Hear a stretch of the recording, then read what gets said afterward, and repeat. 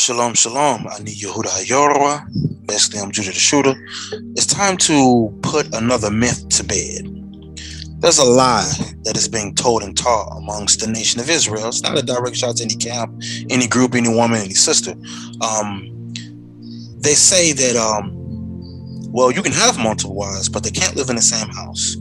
Biblically, it's a sin. Or they will try to imply that it's a sin. This is a lie. Number one, there's no scripture that says that. Number two, nope, I'm gonna wait. What I'm gonna do, I'm gonna get right on into it. First and foremost, before we get started, I want to deal with the topic of polygyny. So, what most don't understand is when you're saying the word polygyny, you're not speaking English. Polygyny in English is actually plural women, or it's many women. I'm going to say that again. When you say the word polygyny, it's in English translation, it will be plural women or it will be many women. That's the same word as what you call polygyny. Now, I'm not talking polygamy. I'm actually anti-polygamous. I don't teach polygamy. Polygyny with the N as in Nora. So once again, when you say polygyny, you're saying many women or plural women. Some would say a lot of women. All right. So now with that being said, I want to go ahead and show you that when you're saying polygyny in Hebrew, if you translate it to Hebrew, it would be this. Nashim Rabot. Women robots. Hold up. Nashim Rabot. Many women. Sorry about that. It's right here. Rabot, which would be this word for many or plural. Then you have the word Nashim. Nashim is the plural way to say wives or women. All right. I'm going to show you that really quick. Keep this in mind. If you want to screenshot this, definitely do. This is your time now to screenshot this for your records. All right. But I'm going to show you really quick. Let me reshare my screen real quick. Let me go back. I want to just show you something real quick. The word wife. All right. All right, here we go. I did here. Show you what the word wife means here. Let's click on it. The word wife. Boom. Notice singular, Isha, plural, Nashim, which is what I was just showing you. So that word Nashim, as I just shown you earlier, can mean women or it can mean wife. All right. Now, with that being said, let's go to Matthew 27:55 because it's something I want to show you. Matthew. Oops, sorry about that. Matthew 27 and the 55th verse. So, Matthew 27:55. Let me show you real quick in the Hebrew New Testament. Look at this, guys. It says, Vasham Nashim Rabot. This is the word that we just got done looking at. I'm going to paste it down here. Right here at the bottom. Nashim Rabot. I'm going to show you though. Let me go ahead really quick. Reshare the screen. Come back out. Boom. Same thing. Let's copy and paste it again. Boom. Same word. Nashim Rabot. That's how you say many women or many wives or plural women or plural wives. It's the same thing. Same thing. But the word that you are familiar with today is not Nashim Rabot. You're not used to people just saying the term many women or many wives. You're not used to that. What are you used to? Matter of fact, before we do, wives, look at that. See, I just want to show you that. Nashim. All right. Women, same thing. Nashim. All right. Now, what is the word that you're used to hearing? You're used to hearing the term polygyny. That's what you're used to hearing. And why is that? Because when you say polygyny, you're not speaking Hebrew. You're not even speaking English. That's a Greek word. So let's go ahead and let's see.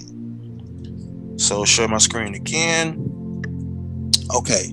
So we've already seen right here, Nashim Robot, which says many women. And we'll just focus on the actual term of the word. Nashim Robot. In English, we just saw it says many women. Same thing. Or we know that word wise, the word une in Greek. So let's pull it up in the Greek text. So the word for many, much or plural, is not nashim. All right. I'm sorry, not rabot.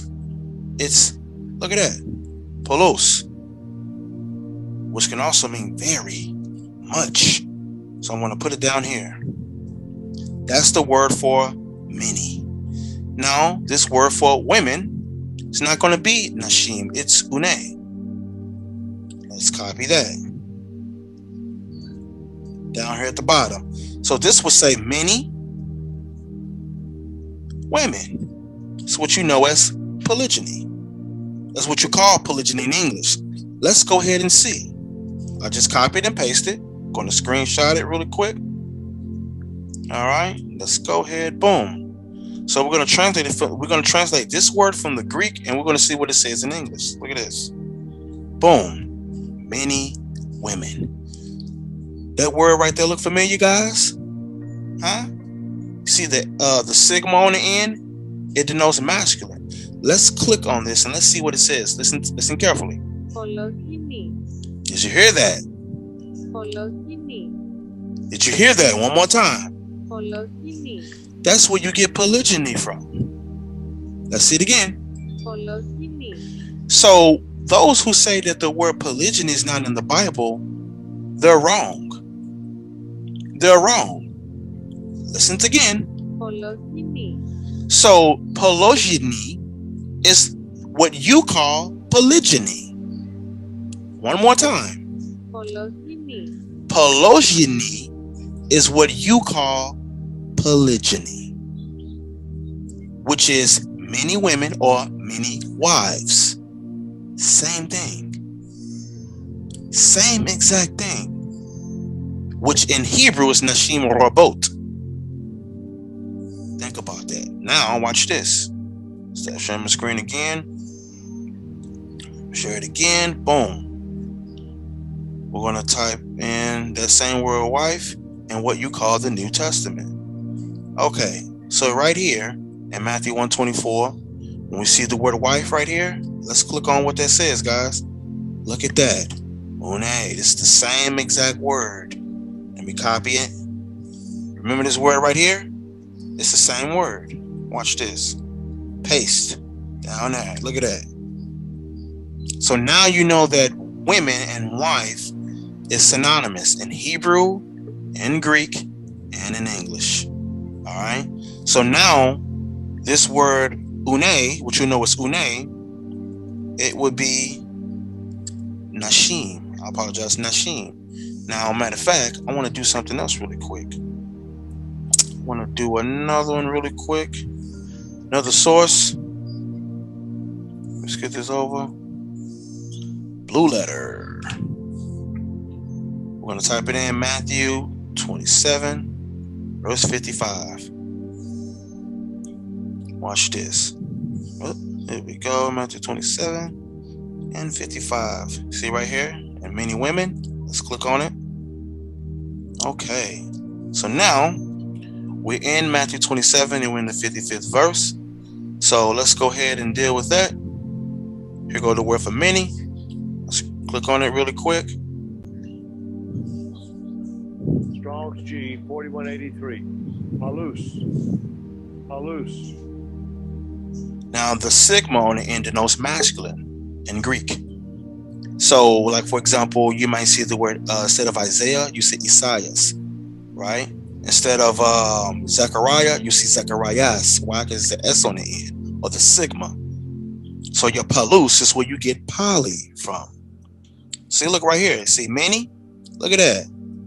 Polys. See that? So in English, it becomes P-O-L-Y. See that? When you put it together with the word Bunay, that's where you get Jani from. See, look, you got. Hold on, wait. Let me click on this first. Let's look at this right quick. Strong's G 1135. Gunay. But we know it's silent, like some people say gyro. No, it's a euro. So now your many, that's where you get your P-O-L-Y. That's poly. Then you have your women, which is, or wives, which is Jani. Or, so if you put these together, P-O-L-Y, G-Y, polygyny. Many women, many wives, plural women, plural wives. Same exact thing. So when people saying, oh, well, the word polygyny is not in the Bible. Yes, it is. It just means many women. It's not in the English because the word is not English. That would be saying, if I say Yeshua HaMashiach, that's not in the Bible unless I'm speaking Hebrew. For example, let's go here. Matthew. Let's turn it into the Hebrew text real quick. So up top, verse 1, it would be Sefer Tzadok Yeshua HaMashiach ben David ben Avraham. Avraham Eliah Yitzchak, Yitzchak Eliah Yaakov, Yaakov Eliah Yehuda ve'Echav. So here you have Sefer, which is what you know as a book or a scroll. The root word is Sephara, so it means to give an account. Toldot, which comes from the Greek word Genesis, actually, to give an account or the lineage. All right, or the King James call it generations. Yeshua, which you know is Jesus. Yeshua. Ha, which is the Mashiach. The root word Mashiach, which is the anointing, the smearing or the pouring on. That's where you get Mashiach from. So you have Yeshua HaMashiach. That's not in English at all. So that would be like somebody saying, well, show me Yeshua HaMashiach. I ain't never seen that in the Bible. Yeah, because you're looking at the wrong language, the wrong translation. So in one language, it will be Yeshua HaMashiach. You see that? So, or going back to the same thing with Nashim Rabot. That's that in Hebrew. Now, in ancient Hebrew, it would be Nashayam Rabawath in your ancient Hebrew. But in your modern, it will be Nashim Rabot. And you see what it said in Greek, and you see what it says in English. It's the same term, the same word. So that's the first thing I want to deal with when people try to do these play on words. Now, right now, I'm not talking about the culture and the lifestyle of polygyny. I'm only talking about the word polygyny. So when you hear us say polygyny, you know and understand that we're not speaking English. We're speaking Greek. No different from the word phone. If I'm saying I'm talking on a phone, phone is not English. That's actually Greek. So echo, a phone, it means sound. I won't be surprised if it's here. Let me see 1 second. Real quick to show some examples. Sound. Let's see. Look at that. Phone. Look at that. Phone. So when people say I'm talking on a phone, they're saying that they're talking on a what? A tone. Like right here. Tone. Oh, dial tone. Come on now. So when people say, oh man, I'm on my phone. When you say you're on the phone, you're saying you're speaking Greek. You're speaking Greek. That's what you're speaking. When you're saying polygyny, you're speaking Greek. All right? Even the kind of switching topics is really quick. Even when people use the word for fornication, in English, you know it as fornication. In Hebrew, it's the word sanah. But in Greek, guess what it is? Watch this.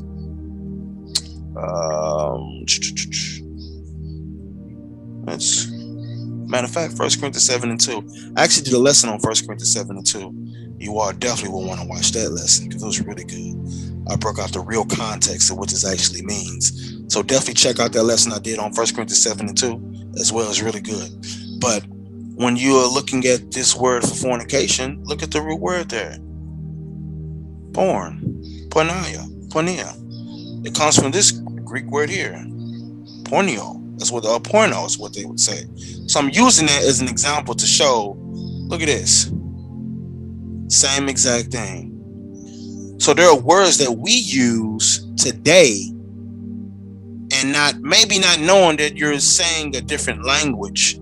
Even when you say, I know my alphabet. Alphabet. Alpha is not English. It's Greek.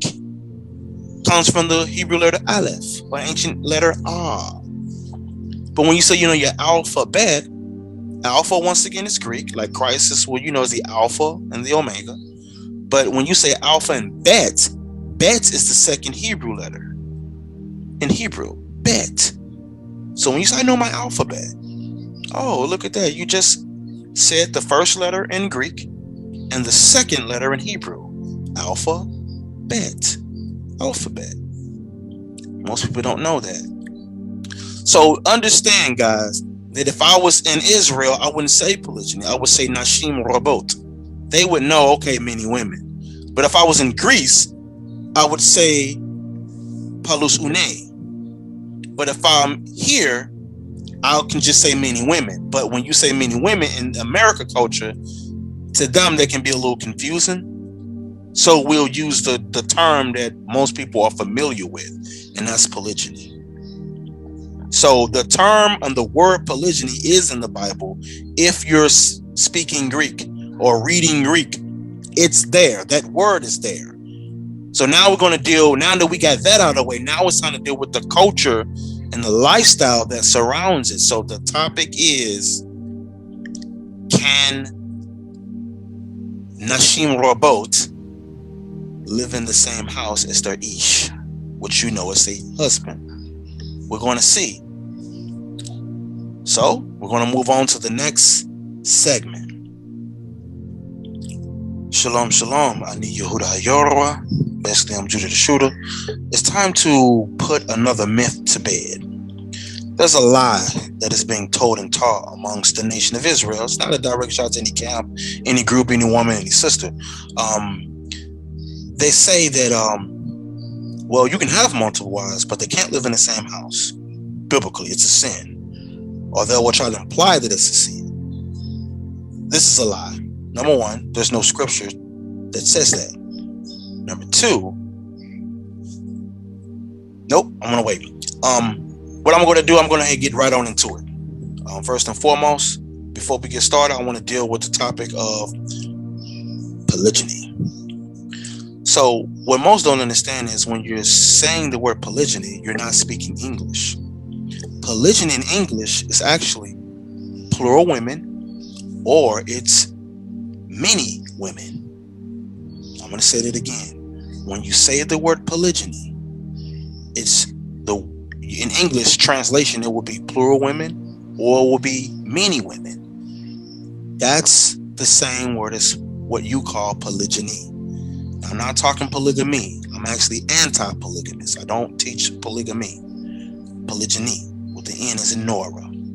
So, once again, when you say polygyny, you're saying many women or plural women. Some would say a lot of women. All right. So now with that being said, I want to go ahead and show you that when you're saying polygyny in Hebrew, if you translate it to Hebrew, it will be this. Nashim Rabot. Women robots. Hold up. Nashim Rabot. Many women. Sorry about that. It's right here. Rabot, which would be this word for many or plural. Then you have the word Nashim. Nashim is the plural way to say wives or women. All right. I'm going to show you that really quick. Keep this in mind. If you want to screenshot this, definitely do. This is your time now to screenshot this for your records. All right. But I'm going to show you really quick. Let me reshare my screen real quick. Let me go back. I want to just show you something real quick. The word wife. All right, here we go. I did here. Show you what the word wife means here. Let's click on it. The word wife. Boom. Notice singular, isha, plural, nashim, which is what I was just showing you. So that word nashim, as I just shown you earlier, can mean women or it can mean wife. All right. Now, with that being said, let's go to Matthew 27:55 because it's something I want to show you. Matthew. Oops, sorry about that. Matthew 27 and the 55th verse. So, Matthew 27:55. Let me show you real quick in the Hebrew New Testament. Look at this, guys. It says, Vasham Nashim Rabot. This is the word that we just got done looking at. I'm going to paste it down here. Right here at the bottom. Nashim Rabot. I'm going to show you, though. Let me go ahead really quick. Reshare the screen. Come back out. Boom. Same thing. Let's copy and paste it again. Boom. Same word. Nashim Rabot. That's how you say many women or many wives or plural women or plural wives. It's the same thing. Same thing. But the word that you are familiar with today is not Nashim Rabot. You're not used to people just saying the term many women or many wives. You're not used to that. What are you used to? Matter of fact, before we do, wives, look at that. See, I just want to show you that. Nashim. All right. Women, same thing. Nashim. All right. Now, what is the word that you're used to hearing? You're used to hearing the term polygyny. That's what you're used to hearing. And why is that? Because when you say polygyny, you're not speaking Hebrew. You're not even speaking English. That's a Greek word. So let's go ahead and let's see it. So share my screen again. Okay. So we've already seen right here, Nashim Rabot, which says many women. And we'll just focus on the actual term of the word. Nashim Rabot. In English, we just saw it says many women. Same thing. Or we know that word wise, the word une in Greek. So let's pull it up in the Greek text. So the word for many, much or plural, is not nashim. All right. I'm sorry, not rabot. It's, look at that, polos, which can also mean very much. So I'm going to put it down here. That's the word for many. Now, this word for women, it's not going to be nashim. It's une. Let's copy that. Down here at the bottom. So this would say many women. It's what you know as polygyny. That's what you call polygyny in English. Let's go ahead and see. I just copied and pasted. Going to screenshot it really quick. All right, let's go ahead. Boom. So we're going to translate it. We're going to translate this word from the Greek, and we're going to see what it says in English. Look at this. Boom. Many women. That word right there look familiar, guys? Huh? You see the sigma on the end? It denotes masculine. Let's click on this and let's see what it says. Listen carefully. Did you hear that? Did you hear that? One more time. That's where you get polygyny from. Let's see it again. So those who say that the word polygyny is not in the Bible, they're wrong. They're wrong. Listen again.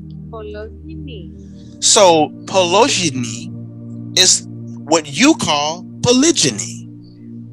One more time.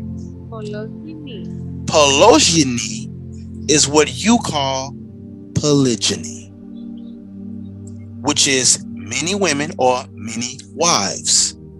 Same thing. Same exact thing.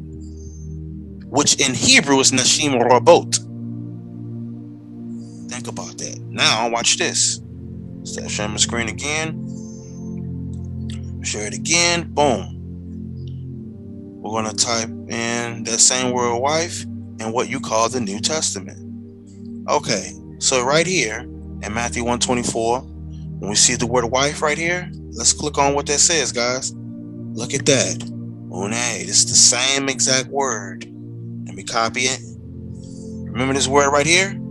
It's the same word. Watch this. Paste. Down there. Look at that. So now you know that women and wife is synonymous in Hebrew, in Greek, and in English. All right. So now this word une, which you know is une, it would be nashim. I apologize, nashim. Now, matter of fact, I want to do something else really quick. I want to do another one really quick. Another source. Let's get this over. Blue letter. We're going to type it in Matthew 27, verse 55. Watch this. Oh, there we go. Matthew 27 and 55. See right here? And many women. Let's click on it. Okay. So now we're in Matthew 27 and we're in the 55th verse. So let's go ahead and deal with that. Here go the word for many. Let's click on it really quick. Strong's G 4183. Halus. Now the sigma on the end denotes masculine in Greek. So like for example, you might see the word instead of Isaiah, you see Isaias, right? Instead of Zechariah, you see Zecharias. Why? Because the S on the end, or the sigma. So your palus is where you get poly from. See, look right here. See many? Look at that. Polys. See that? So in English, it becomes P-O-L-Y. See that? When you put it together with the word une, that's where you get Jani from. See, look, you got. Hold on, wait. Let me click on this first. Let's look at this right quick. Strong's G 1135. Gune, but we know it's silent, like some people say gyro. No, it's a euro. So now your many, that's where you get your P-O-L-Y. That's poly. Then you have your women, which is, or wives, which is Jani. Or so if you put these together, P-O-L-Y, G-Y, polygyny. Many women, many wives, plural women, plural wives. Same exact thing. So when people saying, oh, well, the word polygyny is not in the Bible. Yes, it is. It just means many women. It's not in the English because the word is not English. That would be saying, if I say Yeshua HaMashiach, that's not in the Bible unless I'm speaking Hebrew. For example, let's go here. Matthew. Let's turn it into the Hebrew text real quick. So up top, verse 1, it would be Sefer Tzadok Yeshua HaMashiach ben David ben Avraham. Avraham eliyah Yitzchak, veYitzchak eliyah Yaakov, veYaakov eliyah Yehuda ve'Echav. So here you have Sefer, which is what you know as a book or a scroll. The root word is Sephar, which means to give an account. Toldot, which comes from the Greek word Genesis, actually, to give an account or the lineage. All right, or the King James call it generations. Yeshua, which you know is Jesus. Yeshua. Ha, which is the Mashiach. The root word Mashiach, which is the anointing, the smearing or the pouring on. That's where you get Mashiach from. So you have Yeshua HaMashiach. That's not in English at all. So that would be like somebody saying, well, show me Yeshua HaMashiach. I ain't never seen that in the Bible. Yeah, because you're looking at the wrong language, the wrong translation. So in one language, it will be Yeshua HaMashiach. You see that? So, or going back to the same thing with Nashim Rabot. That's that in Hebrew. Now, in ancient Hebrew, it would be Nashayam Rabawath in your ancient Hebrew. But in your modern, it will be Nashim Rabot. And you see what it said in Greek, and you see what it says in English. It's the same term, the same word. So that's the first thing I want to deal with when people try to do these play on words. Now, right now, I'm not talking about the culture and the lifestyle of polygyny. I'm only talking about the word polygyny. So when you hear us say polygyny, you know and understand that we're not speaking English. We're speaking Greek. No different from the word phone. If I'm saying I'm talking on a phone, phone is not English. That's actually Greek. So echo, a phone, it means sound. I won't be surprised if it's here. Let me see 1 second. Real quick to show some examples. Sound. Let's see. Look at that. Phone. Look at that. Phone. So when people say I'm talking on a phone, they're saying that they're talking on a what? A tone. Like right here. Tone. Oh, dial tone. Come on now. So when people say, oh man, I'm on my phone. When you say you're on the phone, you're saying you're speaking Greek. You're speaking Greek. That's what you're speaking. When you're saying polygyny, you're speaking Greek. All right? Even the kind of switching topics is really quick. Even when people use the word for fornication, in English, you know it as fornication. In Hebrew, it's the word sanah. But in Greek, guess what it is? Watch this.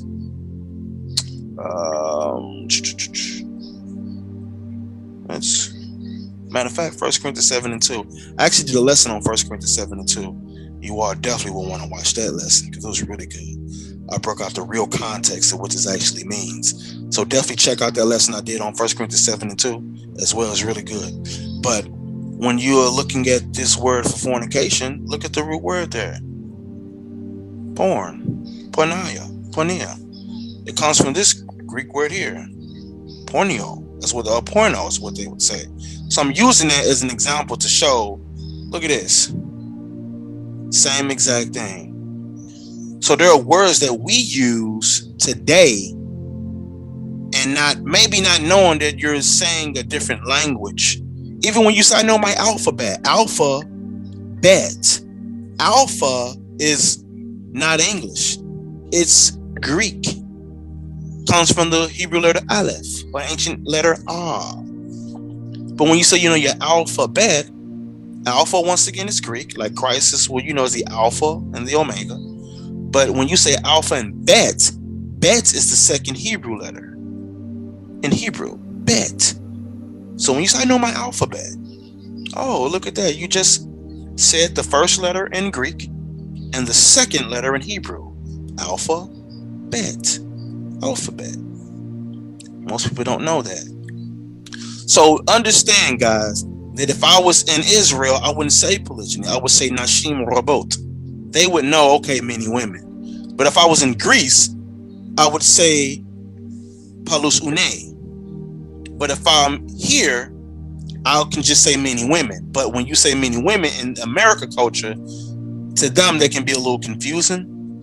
So we'll use the term that most people are familiar with, and that's polygyny.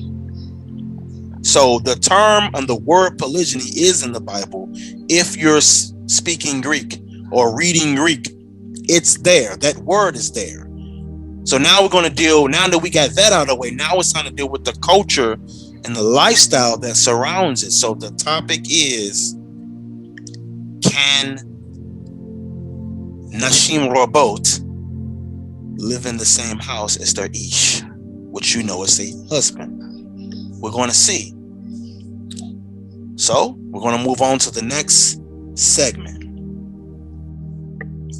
All right, so before we dismantle this false doctrine, number one, keep in mind, you've never seen a scripture where the scriptures commanded Nowhere in Torah, nowhere in the law where it commanded a man to have his wives in separate living arrangements. That's never been a law in monogamy or polygyny. In fact, in monogamy and polygyny, we can see where men had a wife or wives that lived in different locations. And I'm going to show you where they also were in the same house. So I'm going to show you that as well. But no matter how you slice it, there's no law that says or commands a certain type of living arrangements. You just don't see it. So obviously it comes down to each individual and what they decide in their realm. So now what we're going to do is first, I'm going to share my screen really quick. The first thing one has to understand that there really is a difference between a tent and a house. Seems to me that people have forgotten that when dealing with the topic of what Jacob and his wives had their own tent. We're going to deal with that. And there's another thing that I'm going to, that as another treat that I have as well that I'm going to bring out later. I'm probably going to bring it out extremely later because there's another scripture that people will run to. So I'm going to deal with that later as well. But I'm going to be showing you in Hebrew and in English as well. Matter of fact, before we do, a scripture disclaimer in the book of Sirach, chapter 1. Sirach is also known as Ecclesiasticus. Look at what he writes here. He says, in yellow as I highlighted here, he says, wherefore let me entreat you to read it, right, with favor and attention, and to pardon us, meaning forgive us, wherein we may seem to come short in some words. Watch this. Which we have labored, meaning worked hard for. Which we have labored to what? Interpret, meaning what? To translate. It says, for the same things uttered, meaning spoken or said, in Hebrew, which is the language that I'm going to be going into. So the same things uttered in Hebrew and translated or interpreted into another tongue or language have not the same force in them. So in other words, guess what, guys? He's saying, look, forgive us, we may have come short in some words.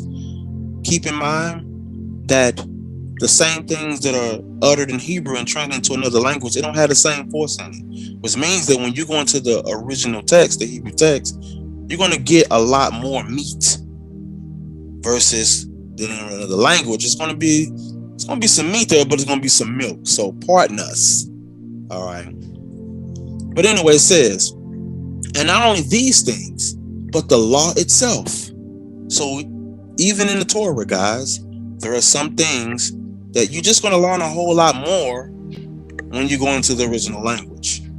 It says, and the prophets like Ezekiel, Daniel, Hosea, Jeremiah, and the rest of the books, Psalms, Ecclesiastes, Proverbs, all right, 1 Kings, 2 Kings, 1 Chronicles, 2 Chronicles.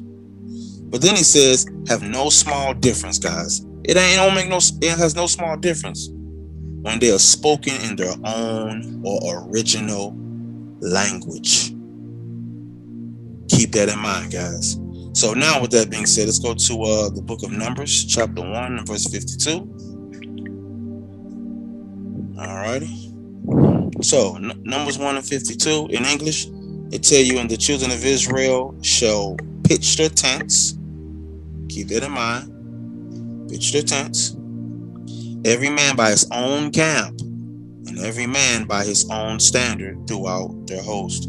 So now, going into the Hebrew text, we see here, V'chanu b'nei Yisrael ish al mechanehu, va'ish al diglo leziv votam. So here's some key words here.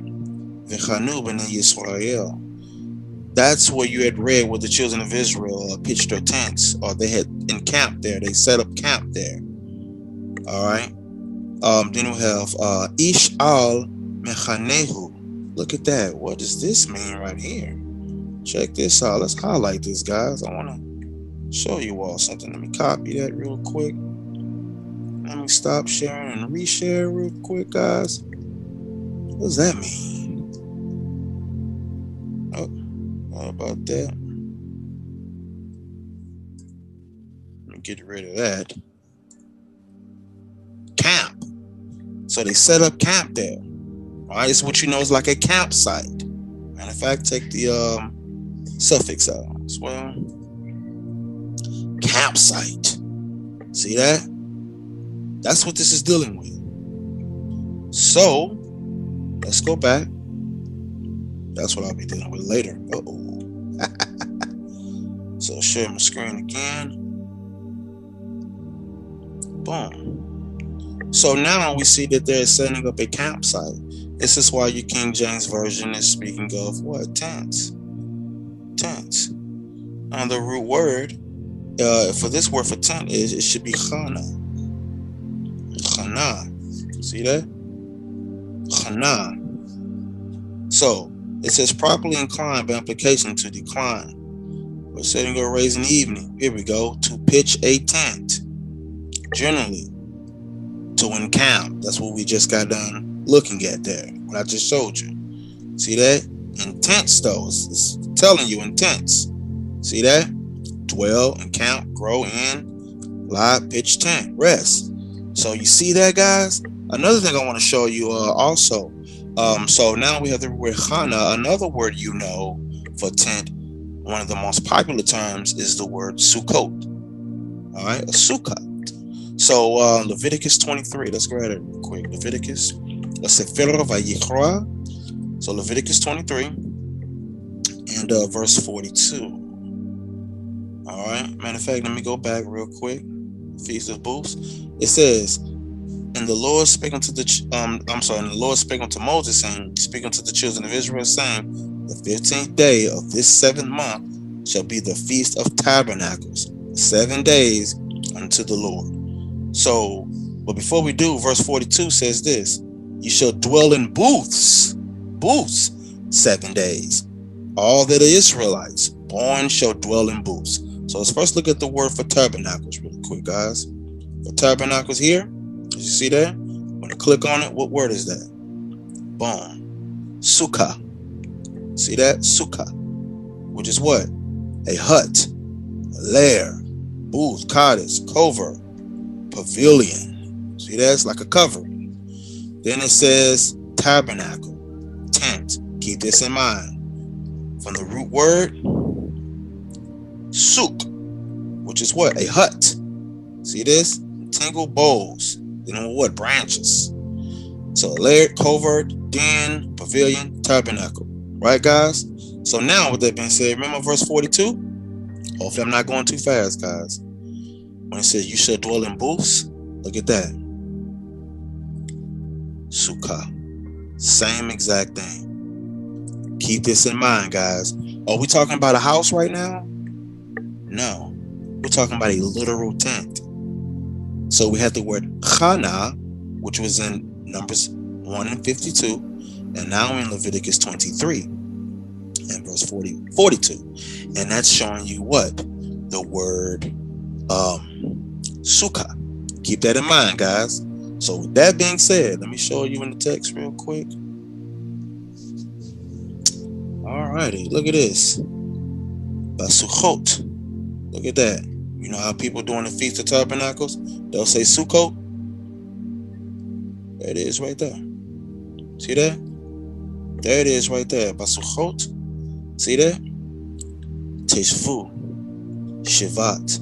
Yamim. Kol ha'etz rach. Be-Yisrael. Yeshvu. Basuchot. See that? And you know. All in booths. Boom. There you go, guys. That's another word for a hunt, tent, lair, pavilion, right? Covert. So what you know is a covering. Keep this in mind. This is very, very important. I mean, in fact, I really don't have to do the video time. Okay. So it's very, very important. You know, I'm gonna do this so you can focus on this here. So, ladies and gentlemen, now that we got that, I want to go ahead and show you some examples. All right. So, for example, we're going to grab. Let's get Genesis 33, and we're definitely going to be coming back to Genesis 33 as well, might I add. We'll be hitting that a few times, actually. Genesis 33 and verse 17. I want to show you a difference here. So one thing I'm looking at right here, it says Vayiven lo bayit. So this is letting me know that in Jacob, of course, here we go. So it says Vayachov nasa Sekota. So now it's letting me know in Jacob he journeyed to Sukkot. In other words, because remember we were just talking about booths. All right. So then it let me know, and he built himself a house. Now this is singular. All right. So now we know that this is a house, a regular house. Right. And there's the word Sukkot again. He built himself a house. Then down in verse 19, I see the word Sham Halo, which is we're going to talk about later. He also spread a tent there. All right. So I see right here his tent. All right. That's another thing that we're going to deal with later as well. But keep in mind first, I want to show you the word bayit. There's a difference between a house and a literal tent. So it says, and Jacob journeyed to Sukkot, which you had saw earlier, and built him what? An house. A house. And look at this, guys. Look, this is how detailed the scriptures is. He even made booths. Remember we just learned it earlier? He made booths for who? His cattle, meaning his animals. Keep that in mind. Keep that in mind. It didn't say he built houses for his wives as well. No. Because was he married to his wives at this time? Yes. So where was his wives at during this time? Obviously, they had to have been with him. Unless you want to say they was in booth with the animals. And his 13 children. So it says he built him a house and made booths for his cattle. Therefore, the name of the place is called Sukkot. This means what? Booths. Remember we were just looking at that earlier? Sukkot. Booths. Sukkot. Name of the place in Egypt. Right? Look at the root word. Scroll down. Sukkah. Remember that? Same thing, guys. Same word. Okay? Hold it down, children. Got the children in the background playing. So with that being said, also it says he bought a parcel of a field wherein he had spread his tent. Spread his tent. Remember I just showed you in Hebrew? What's that word for tent? Because this is going to be very important. Ohel. So we have Ohel. I'm going to put right here, guys. Tent in Hebrew is Ohel. Alright.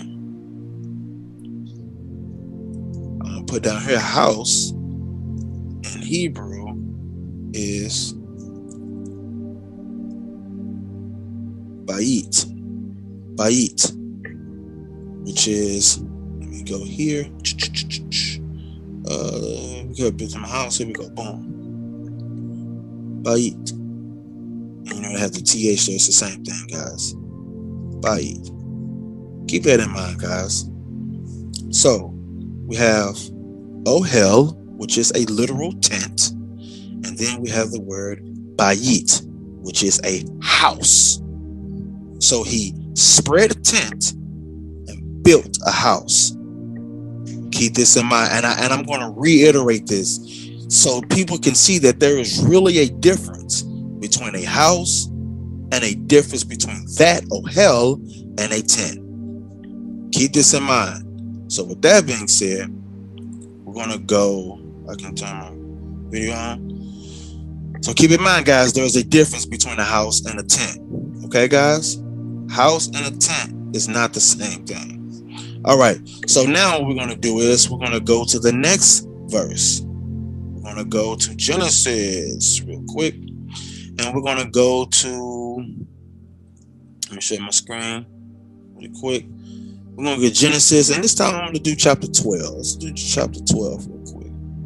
So Sefer Bereshit, chapter 12 and verse 7. All right. Now remember, guys, we're getting and establishing a difference between a house and a tent before we discuss these living arrangements. But you have to fully understand that when people are teaching this foolishness, they don't know what they're talking about.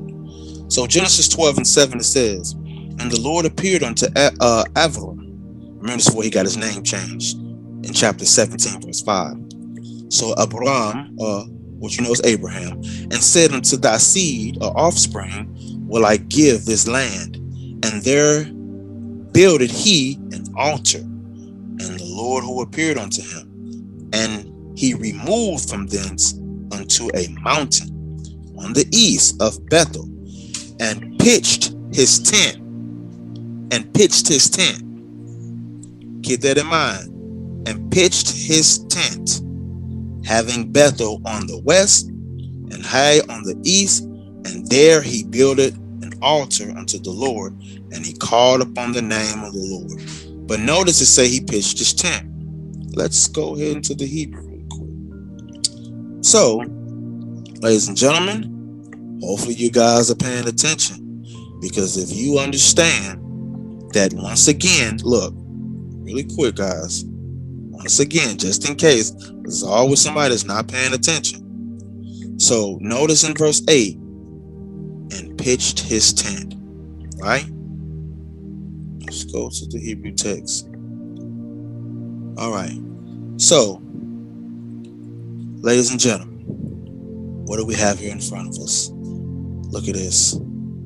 Ahalo. Ahalo. Click on that really quick. Ahalo.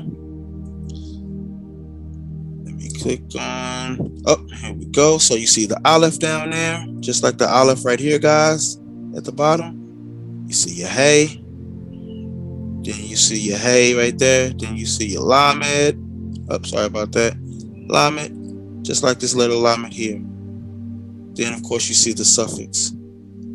All right. Let me click on this really quick. Let me stop share. Then go ahead and reshare. Alrighty. What do we have here? Boom. Hello. Oh, hell. Look at that, guys. A tent. A literal tent, guys. That's what you see there. Keep that in mind. It's a literal tent. All right. So earlier we learned that the word for tent can be what you know as chana. We learned it could be sukkah or sukkah, but it also is ohel. Ohel. So let me click on this really quick, guys. And tent right here. It's H168. Scroll down. Ohel. Ohel. A tent. See that? A tent. Clearly, matter of fact, because we're also going to be looking at these words too: a covering, dwelling, place, home, tabernacle, tent. We're going to show you all of these, guys, so that we can fully understand what a tent is and what a house is in the proper context of the actual word, guys. So with that being said, we just got Genesis 12, 7 and 8. Let's go to Genesis chapter 26. Let's deal with that. Genesis 26. Genesis 26. And is it verse 25? Yeah, here we go. And he built an altar there and called upon the name of the Lord and pitched his tent there. Look at that. And there Isaac or Isaac's servants digged a well. So he pitched his tent. What is that, guys? Let's see. Oh, hell. Look at that. Same exact thing. Going into the Hebrew text. So now that we're in Hebrew text, there it is again. Boom. Let me highlight the actual word. Boom. It's tent. That's a tent there, guys. Same thing. Now I'm going to show you, matter of fact, so you can fully understand. In the book of Judges, is it Judges 20? Judges 20 and verse 7. No, it's verse 8. It's verse 8. Verse 8. So turn your Bibles to Judges chapter 20 and verse 8, guys. All right. So notice this word right here. Look at that. Le ahalo, to his tent. This is what that says, guys. To his tent. Let me highlight that. How do we know? Let's turn into English. It says, and all the people arose as one man, saying, we will not any of us go to his tent. Look at that. That wasn't talking about a house. That was talking about an actual tent. So then, not only that, guys, let's go back. We have to his tent, right? Then look at the root word we have here. Bait. This means to his or into his house. Highlight that really quick, guys. Boom. So we have a tent here, and we also have the word house. See that? Libeto. The root word is bait. A bite. Let's click on it in English. How do we know, Judah? How do we know? Look at this. It says, and all the people arose as one man, saying, we will not any of us go to his tent, neither will any of us turn into his house. Let's click on that house. Look at that. Bayit. Remember, you just saw that right here. Bayit. It's right there. Let me click on it again. Scroll down. Bayit. A house. Keep that in mind. That's the context that is being used there. That is the context that is being used. Let's go to 2 Samuel. 2 Samuel and 7. 2 Samuel 7. It says, whereas I have not dwelt in any house since the time that I brought up the children of Israel out of Egypt, even to this day, but have walked in a tent. Look at that. And a tabernacle. Oh, here we go. Look at that. Mishkan in Hebrew. Mishkan. All right?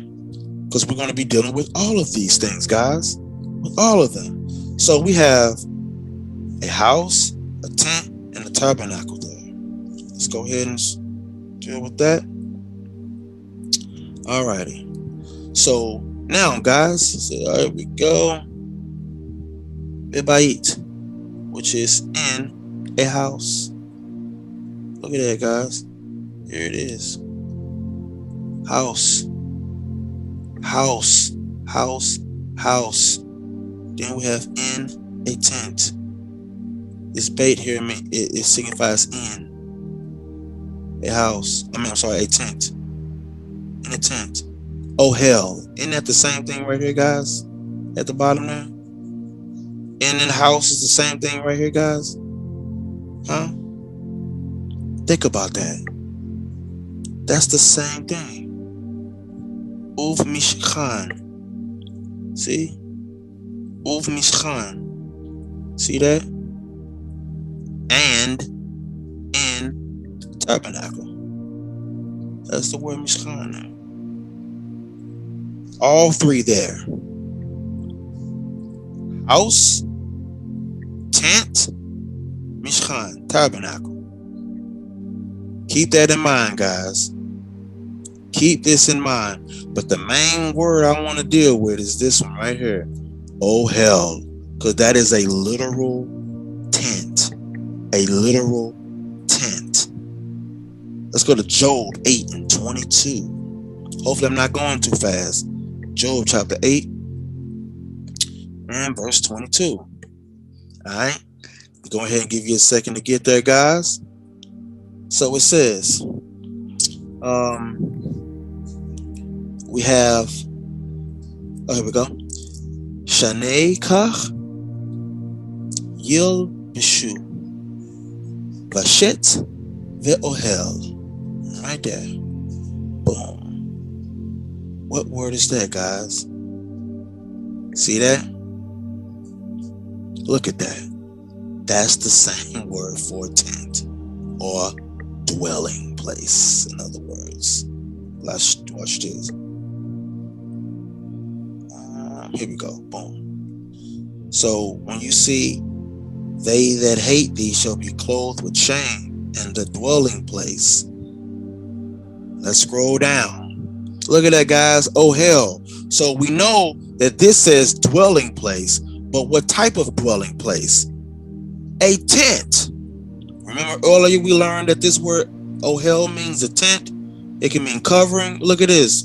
Dwelling place. It's what we just saw right there. But what type of dwelling place, guys? A tent. A tent. Oh, hell. A tent. Not a house, but a tent. All right. Let's go to Job 21.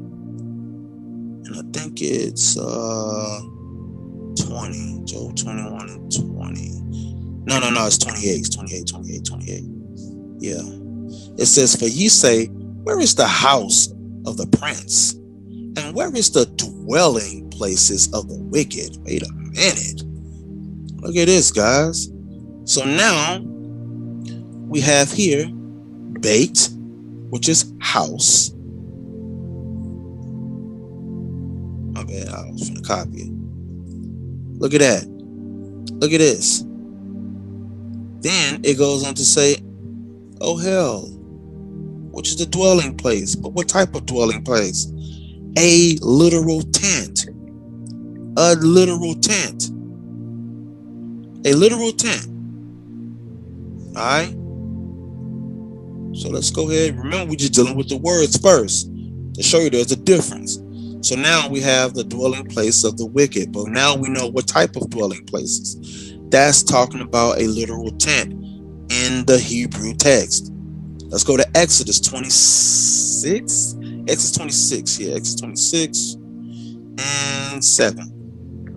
It says, and thou shalt make curtains of goat's hair to be a covering upon the tabernacle. 11 curtains shalt thou make. So we know for tabernacles the word mishkan there, which is also a shepherd's hut as well.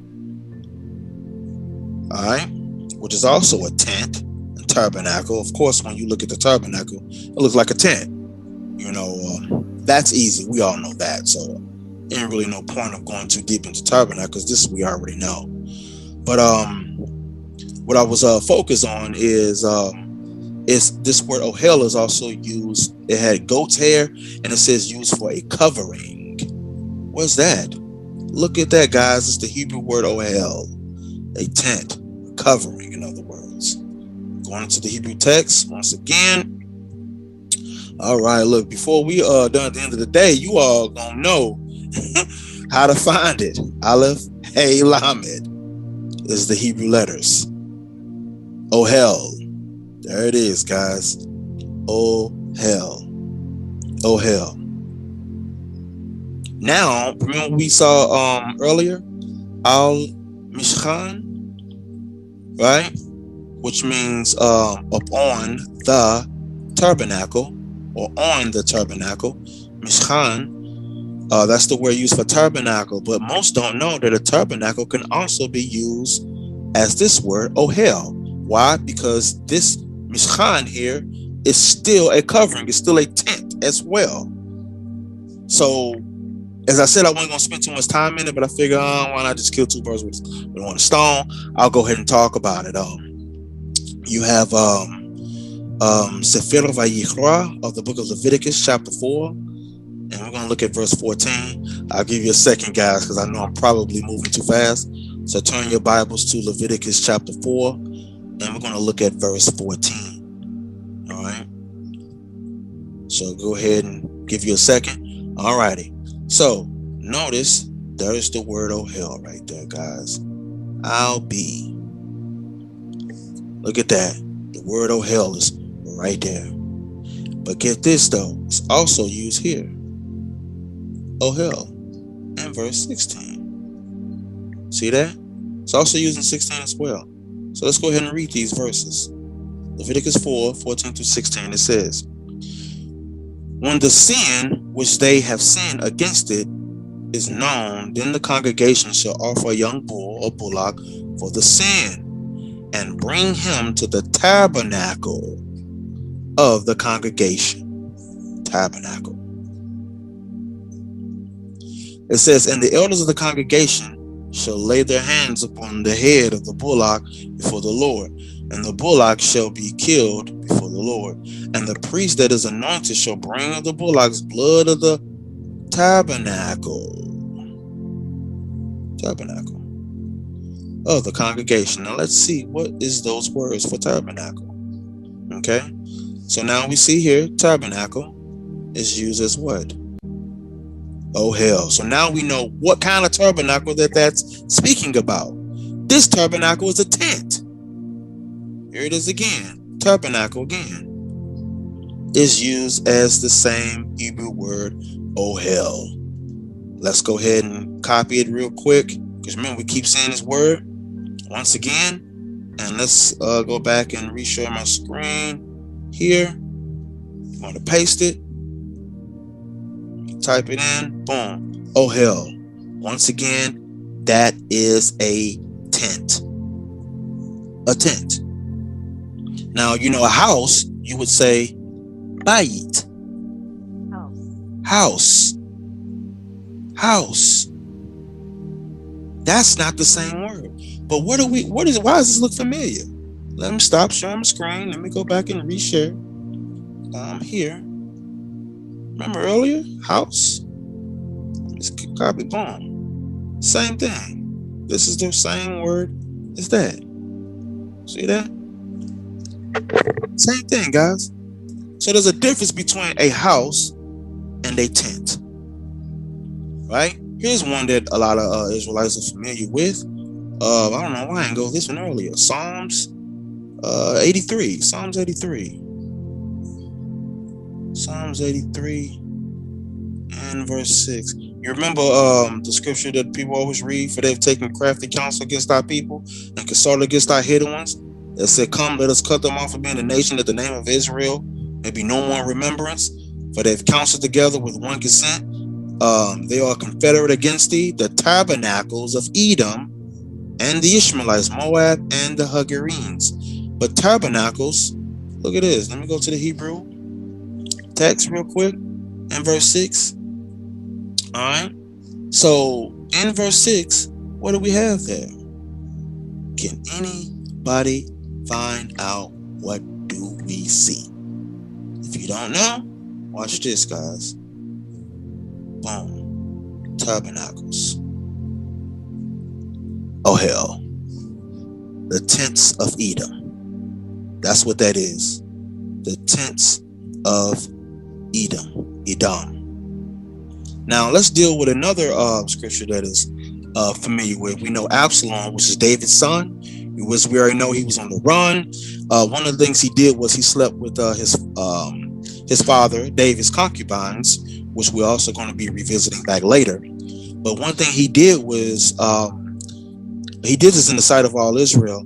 But one of the things we noticed that in 2 Samuel, right, when we go into the story, chapter 16 and verse 21, it says, and Ahithophel said unto Absalom, go into thy father's concubines.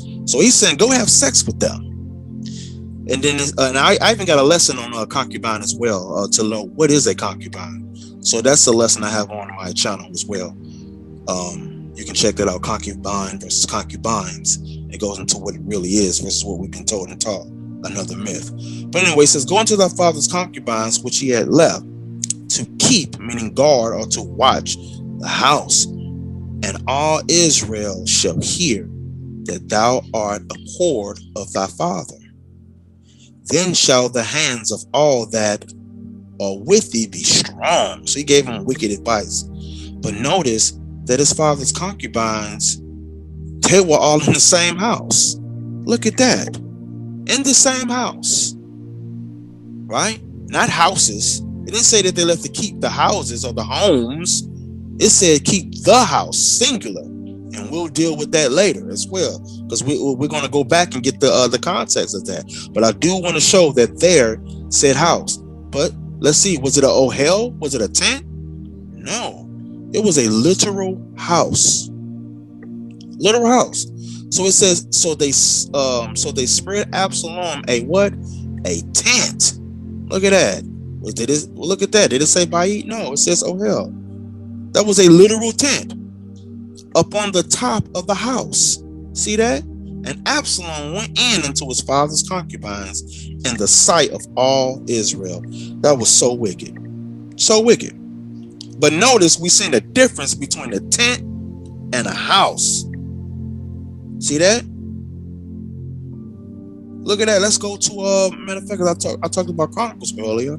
First Chronicles. Yeah, First Chronicles 17. And verse 5. Look at this. It says, for I have not dwelt in a house since the day that I brought Israel into this day, but have gone from tent to tent, and from one tabernacle to another. Look at that. For tabernacle, same word earlier, mishkan. Mishkan. Tent is used as what word? Ohel. And house, once again, bayit. Look at this, guys. So now this is showing you, look at this, in a house, bebayit, which is the word bayit. House, guys. That there says house. Look at that. It says me ohel, meaning from tent. So this says, I'm gonna read. It says me ohel, meaning from tent. El, which means two. Ohel, tent. So that says from tent to tent. That's what that says. Let's see if Google do a good job at this when you copy and paste it.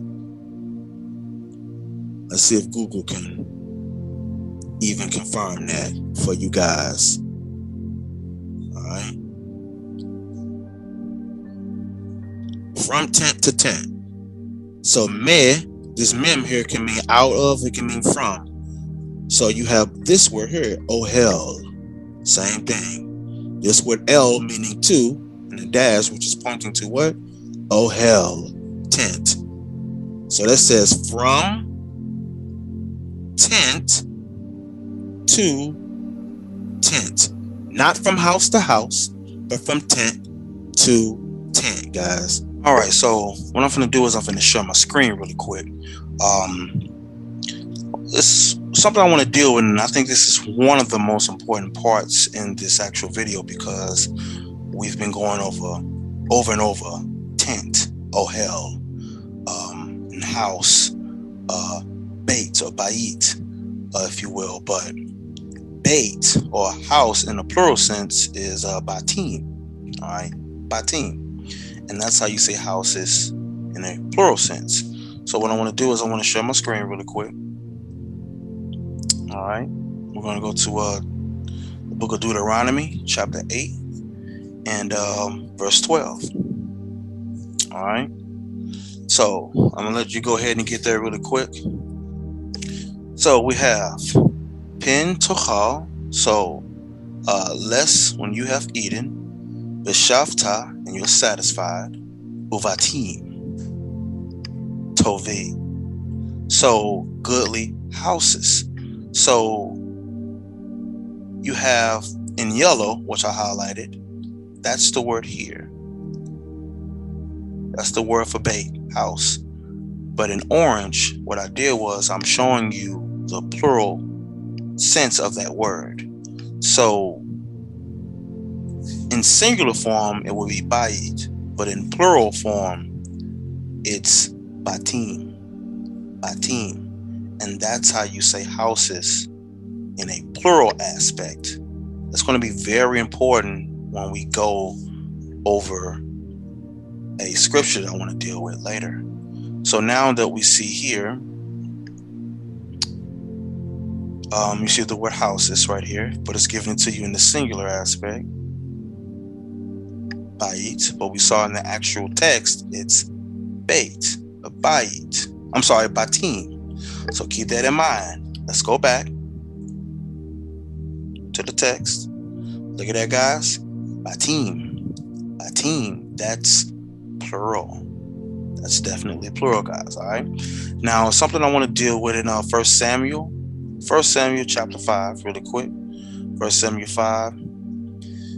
And we're going to deal with verse 11. No, 2 Samuel 5 and 11. I apologize. 2 Samuel 5 and verse 11. All right. Notice that word bayit there. See that? Bayit. Look at that. Vayavnu bayit leDavid. So, and they built David a house, in other words. They built unto David a house. Let's see what the KJV says really quick. See that? And they built David a house. So right there, it's singular. Keep that in mind. And again, you have the word bayit, which again is a house. House. This is when David's house was being built. All right. So when his house is being built, keep this in mind. And that's the word bait, a bayit. Now let's deal with another one. 1 Kings 3. 1 Kings 3, really quick. 1 Kings 3 and verse 3. No, 2. It says, only the people sacrificed in high places because there was no house built unto the name of the Lord unto those days. That word house, what is that, guys? Bayit. Bayit. Let's go to the Hebrew text. There it is again, house. Boom. Bayit. Now let's go to what we call the New Testament. We're going to go to the book of Acts really quick. Acts chapter 7. All right. Let me turn into the Hebrew as well. It says, this verse, hold on, let me see. 47. Yeah, there we go. It says, tongue twister. Ushlomo bana lo bayit. It says, but Solomon built to him a house. This is singular, not plural. It didn't say batim, house. Keep that in mind. Bayit. All right. So it's letting me know, but Solomon built unto him a house, in other words. All right. Let's see that in English really quick. But Solomon built him a house. And in Hebrew, in the Hebrew New Testament, it's the word bayit. Bayit. All right. Now let's go to Sefer Bereshit, book of Genesis. We're going to go back there. Genesis 33. Genesis 33 and 17. Really quick, guys. I'm going to go ahead and give you a second, let you get there. All right. I'm going to go ahead and let you get there. Okay, so Genesis 33, and we're going to start in 17. It says, in effect, I really don't even need the video. Again, yeah, so it says, and Jacob journeyed to Succoth and built him an house and made booths for his cattle. And made booths for his cattle. It's going to be important. Therefore, the name of the place is called Succoth. Verse 18. And Jacob came to Shalem, a city of Shechem, which is in the land of Canaan. Now, of course, you know Judges chapter 8, verse 31, I believe. It's around Judges 8 and 31. You learn that Gideon, his wife, his concubine was in Shechem. But anyway, it says in verse 18, it says, and Jacob came to Shalem, a city in Shechem, which is in the land of Canaan. And he came from Padan Aram and pitched his tent. Pitched his tent before the city. Before the city.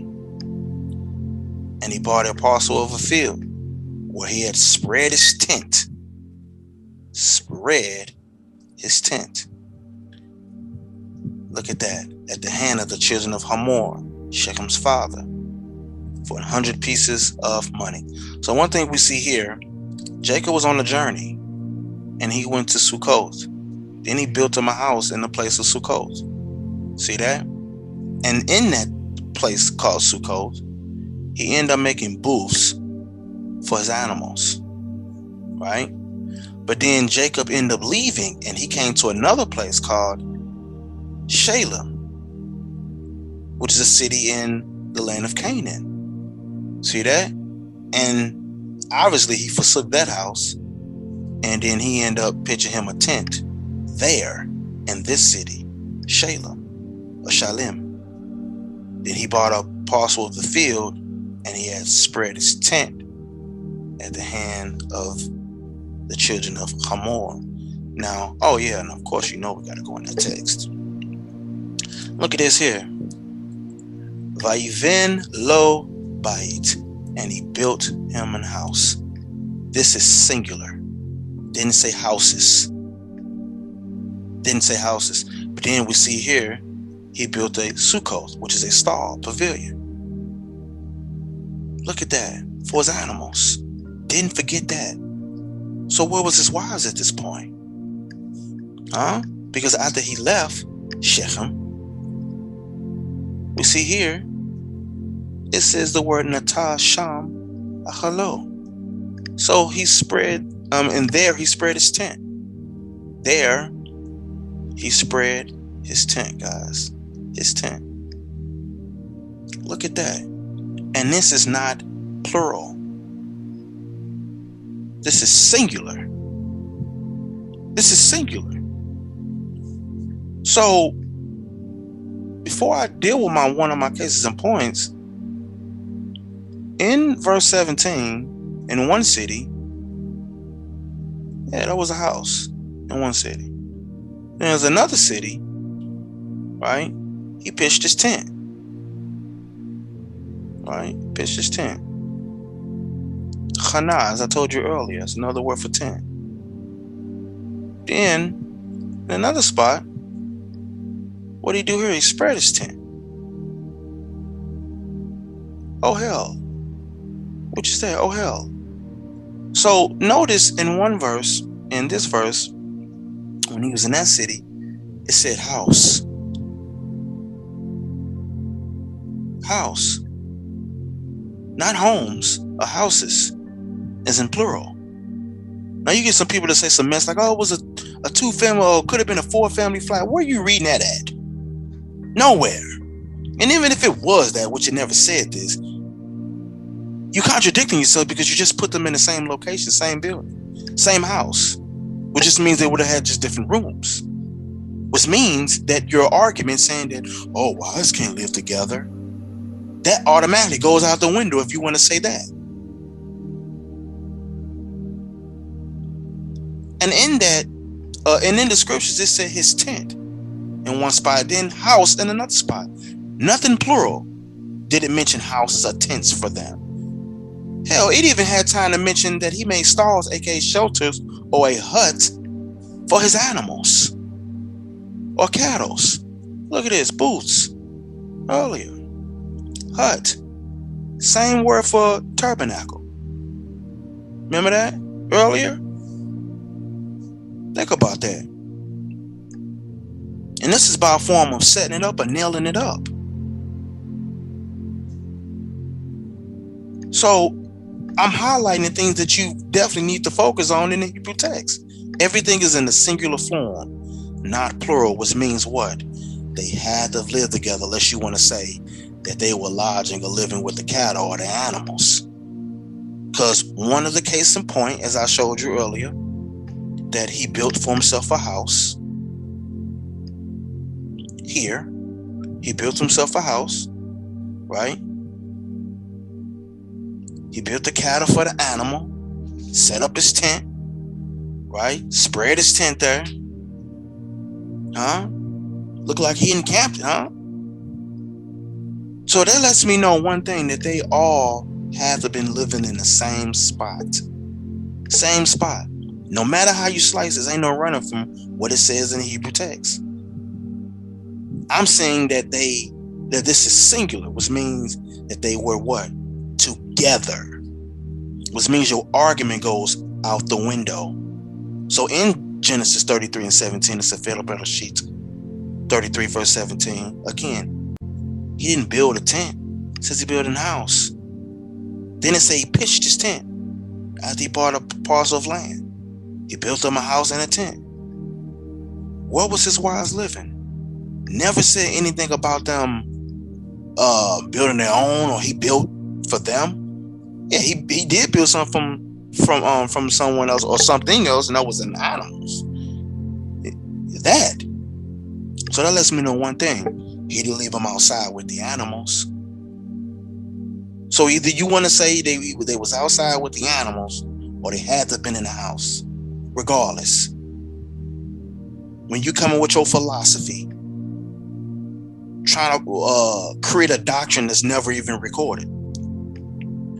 Now later, when we get Genesis 31, when you read that entire story, especially the first 41 verses, you'll learn that Laban was on the run. I'm sorry, Jacob was on the run. 3 days later, Laban found out. He ended up pursuing him.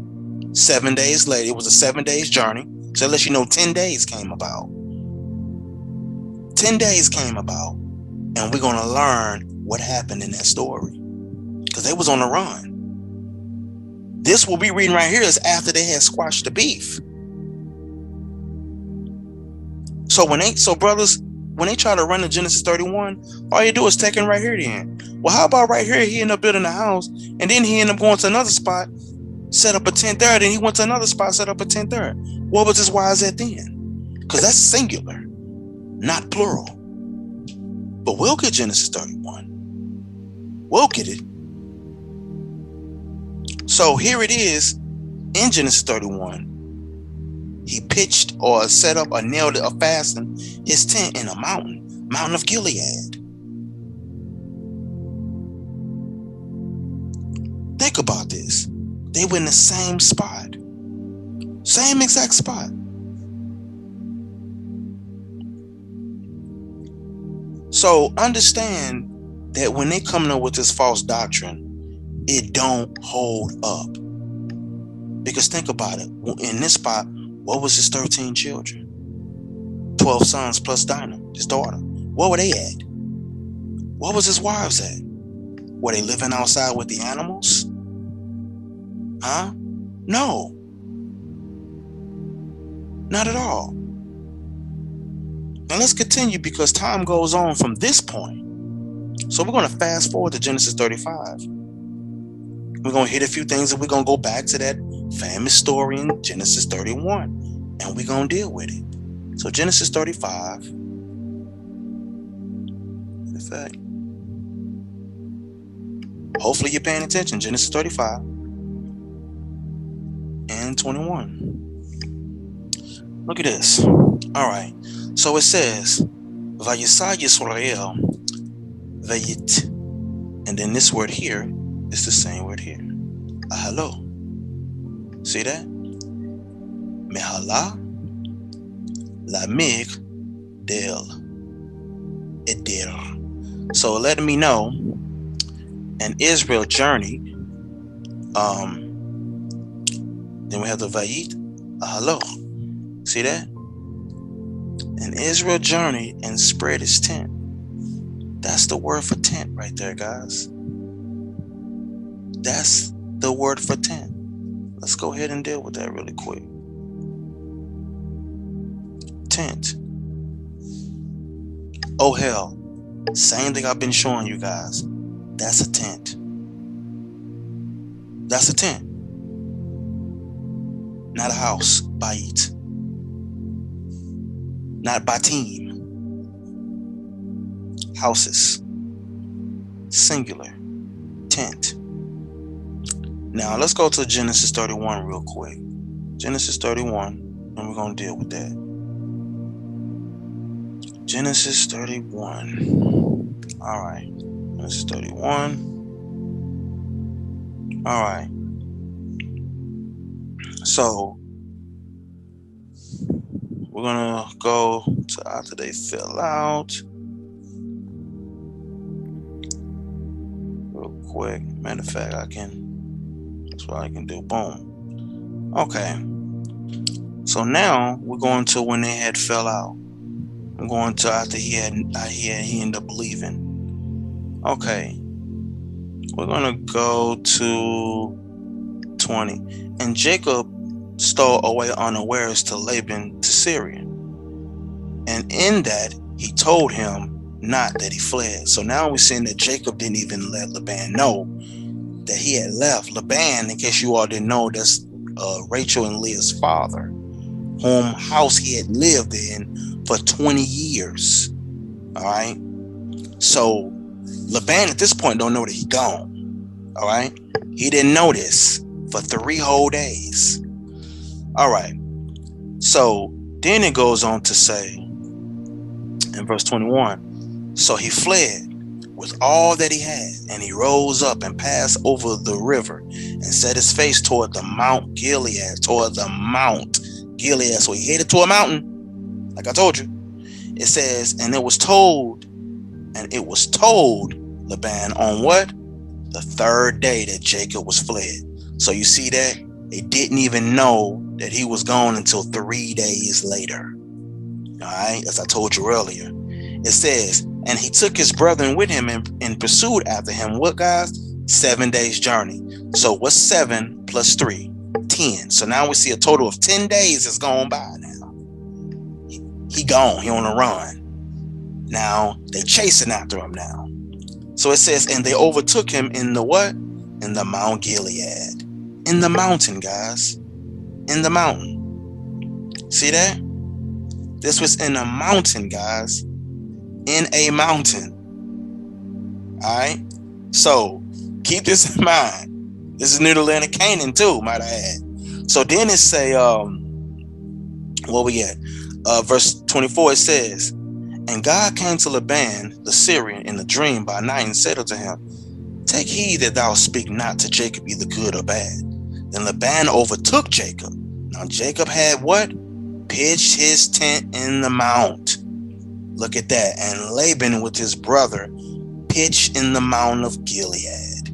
Now look at this. So that's verse 25. Let's click and see what is that word in verse 25. And Jacob pitched his tent. Boom. Here we go. Boom. What word is that, guys? Oh, hell. That's a literal tent. Literal tent. So going back. Literal tent. And here we go. Boom. Literal tent. Okay. So then it says, and Jacob said, and Laban said to Jacob, what hast thou hast done? Thou stolen away unawares to me, and carried away my daughters as captives, and taken with a sword. Wherefore did thou flee us away secretly? So remember, he left, and Laban didn't know until 3 days later. But getting down to the point where Laban is about to search the tents now. He about to basically ransack the tents now.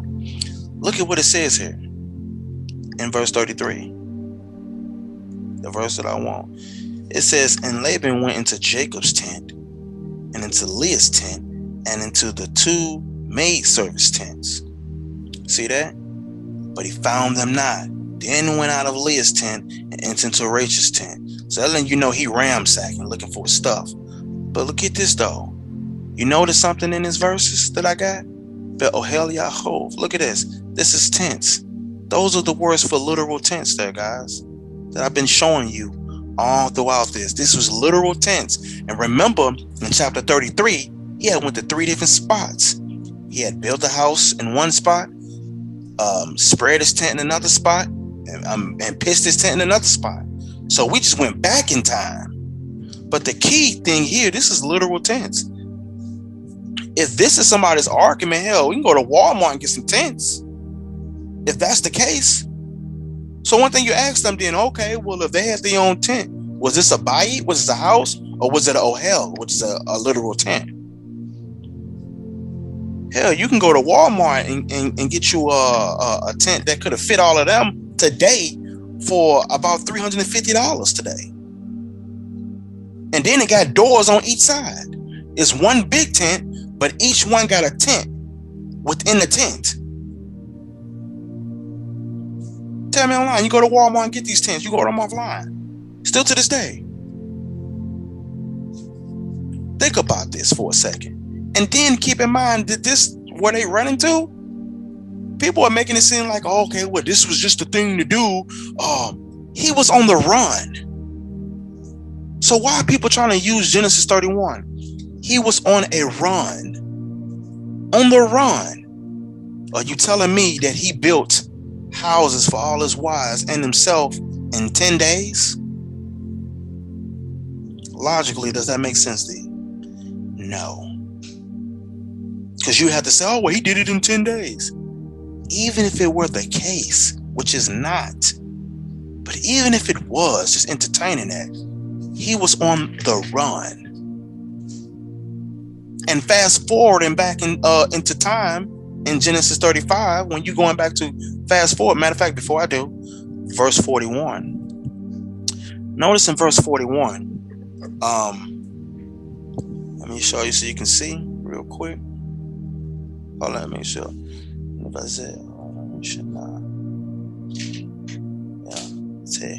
Yep, in and out, boom. So check it. Watch this, guys. Okay, verse 41. It says, "Thus have I been in 20 years in your house." That's what I just highlighted right here, guys. Let me go back. Why didn't I highlight? Let me go back.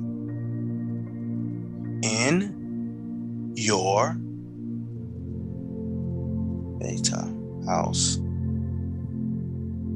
It's right there. In your house.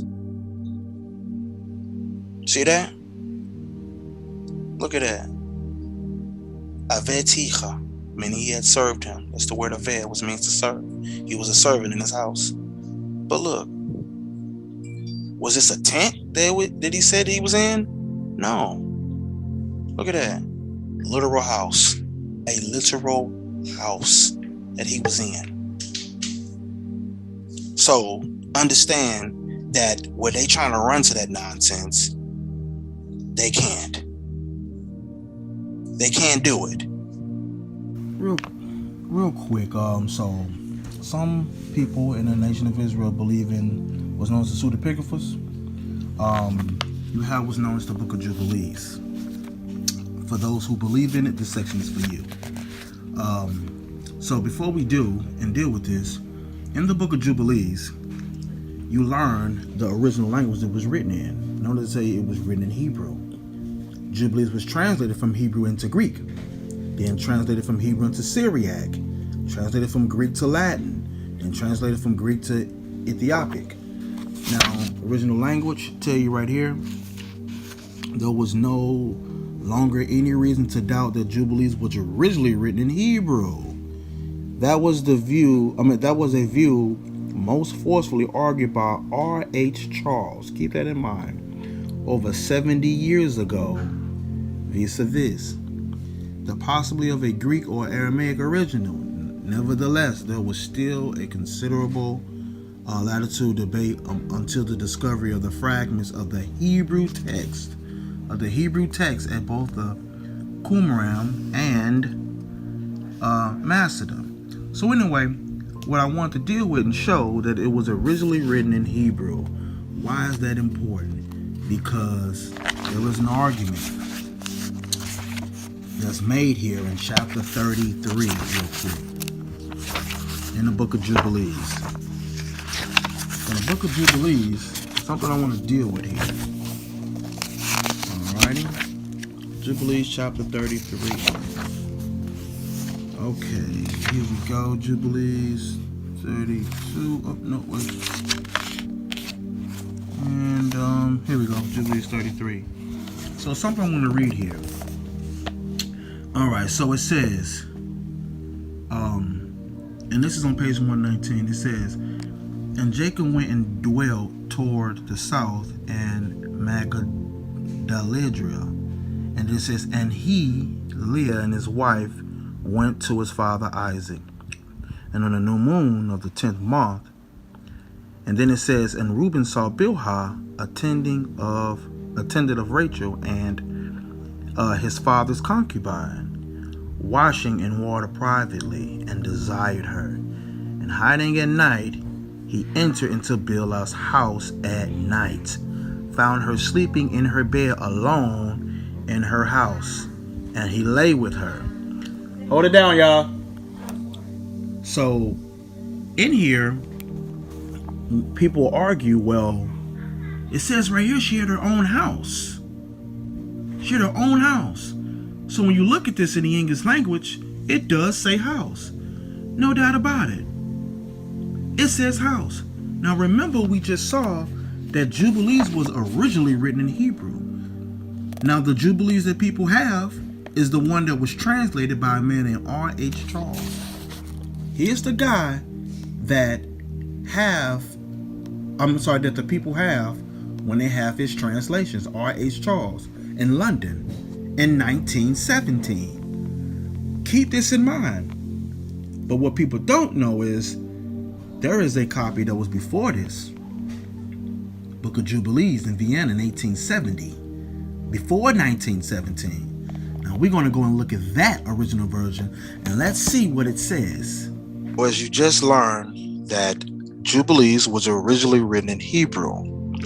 Keep this in mind because this is very important, because the people today who do believe in the Book of Jubilees, I'll say it and put into my mind. The people who believe in the Book of Jubilees, they have R.H. Charles' version. But he himself understood that the Book of Jubilees wasn't originally written in English. It was written in Hebrew. So with that being said, remember, we learned earlier, and this is for those who believe in Jubilees, this section is for you.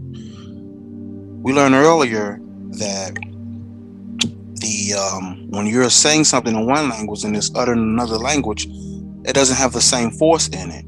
So what we're going to do is we're going to go into the Book of Jubilees in Hebrew and let's see what it actually says, and let's see if it matches up with what you read in English.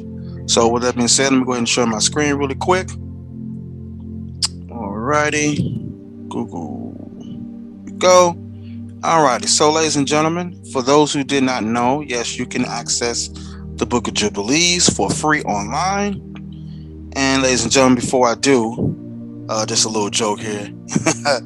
You have a tent here that fits 20 people in here. See that? And look at this tent here, guys. So this is when people say, oh, well, you got to have tents. All right, well, here we go. This one fits up to 20 people right here. Here's the word oh hell for you. See that? The word oh hell, that fits up to 20 people. That was more than Jacob and his family. Look at that. All right. Look at it. Here's a 14-person tent.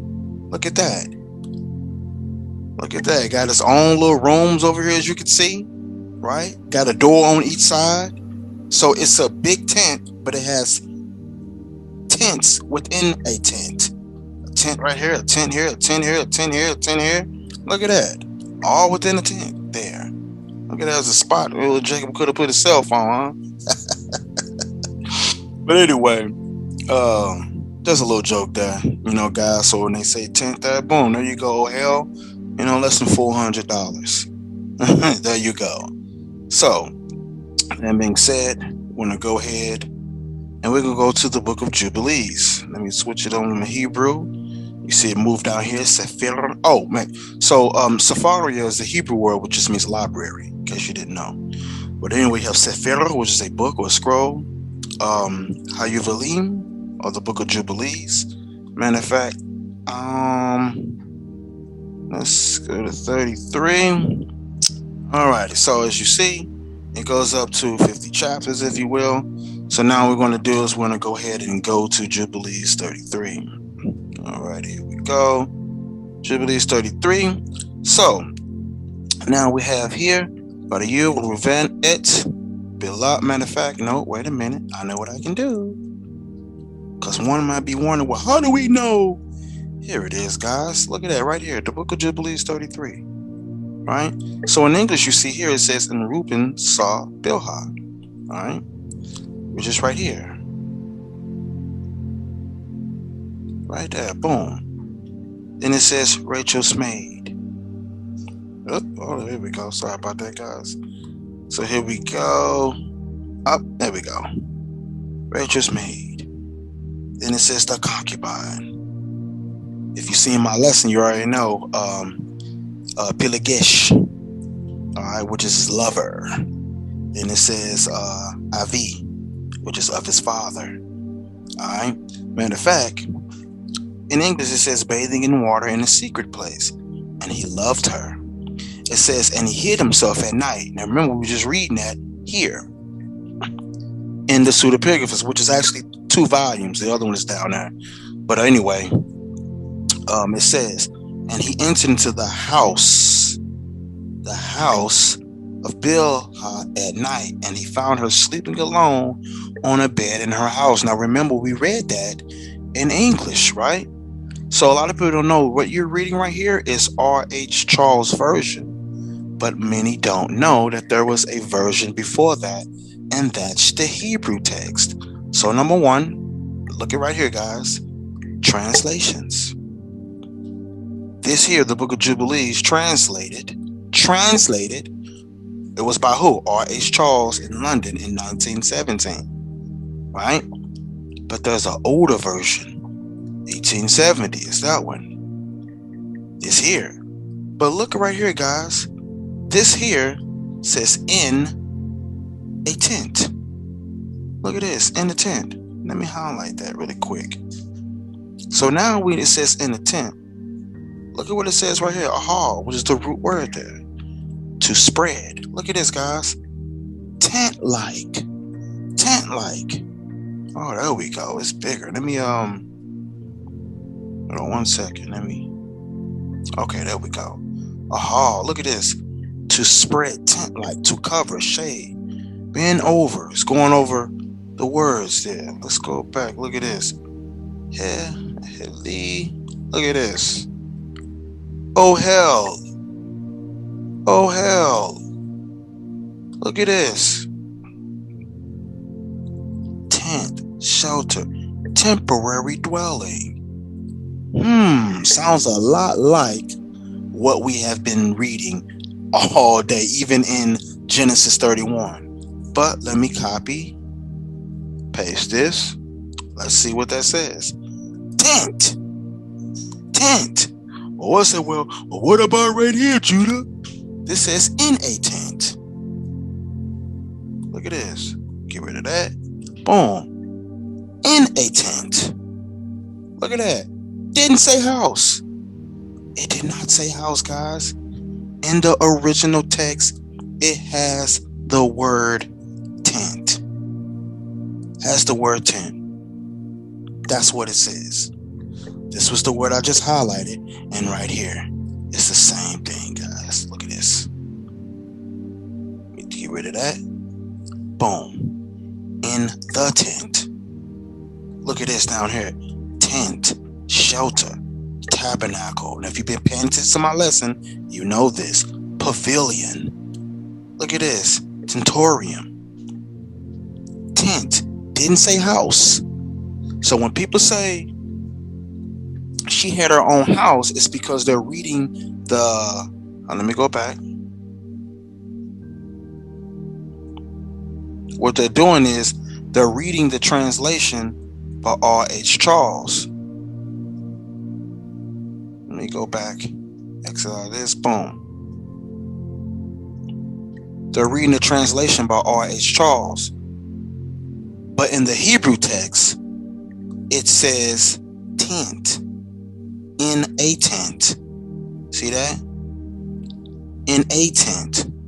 Not in a house, but in a tent. In the tent. Look at this. Once again, copy and paste it. Even when you scroll down, look at that. Oh hell, the same word. Look at this. Boom, into 10. Let's take the bait off real quick and look at what you got. Tent. Oh hell, same word right here. Let me go back. Sorry about that. Boom. Highlight it. Sorry about that. There we go. Boom. Same word. Oh hell.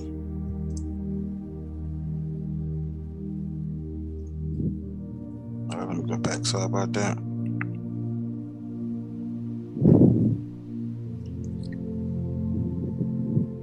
This is beautiful, guys, because we are able to see what Charles was translating from. And he would have translated, the Hebrew text would have been more correctly tent. Let's go down. 1 second. Oh, all right, pass it up. There you go. There you go. Oh hell. It's running from me. I don't know why I keep doing that. There we go. Finally. Oh hell. A tent. That's what that says, guys. A literal tent. So when they say, oh well, she had her own house. No, it was a tent. Sorry. What does the original text say? It said tent. That's what it says. And might I add. Alright, so just because you see the word house or maybe like home, it doesn't always mean a literal home or a literal house. You have to go into the actual text to get that understanding. So what I want to deal with is one of my cases and points is Judges 19:9 when it says, and when the man rose up to depart, he and his concubine, which is Pilagesh, a lover, or paramour, just means by love or lover. It says, and his servant, his father-in-law, the damsel's father, said unto him, behold, now the day draweth toward the evening. I pray thee, tarry, meaning wait all night. Behold, the day groweth to an end. Lodge here, that thy heart may be merry or joyful. And tomorrow get you early on your way, that thou mayest go us home. Does that mean like home? Like when we hear home, we'll think like to a literal house. But no. Look at what it says. Thou mayest go as where? Look at that. Oh hell, tent. It says tent there. That's what he told him. Thou mayest go as to your tent, in other words. Now, let's go ahead and pull it up in the text. So here, look at this.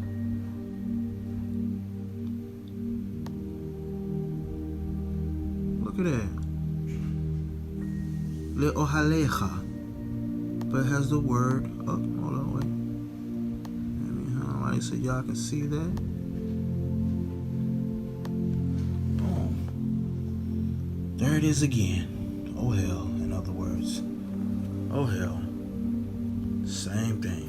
Now, a lot of people in the Hebrew community also have what's known as a Zondervan Compact Bible Dictionary. Right? Everybody has the Zondervan Compact Bible Dictionary, right? So, let me go ahead and deal with something real quick. There we go.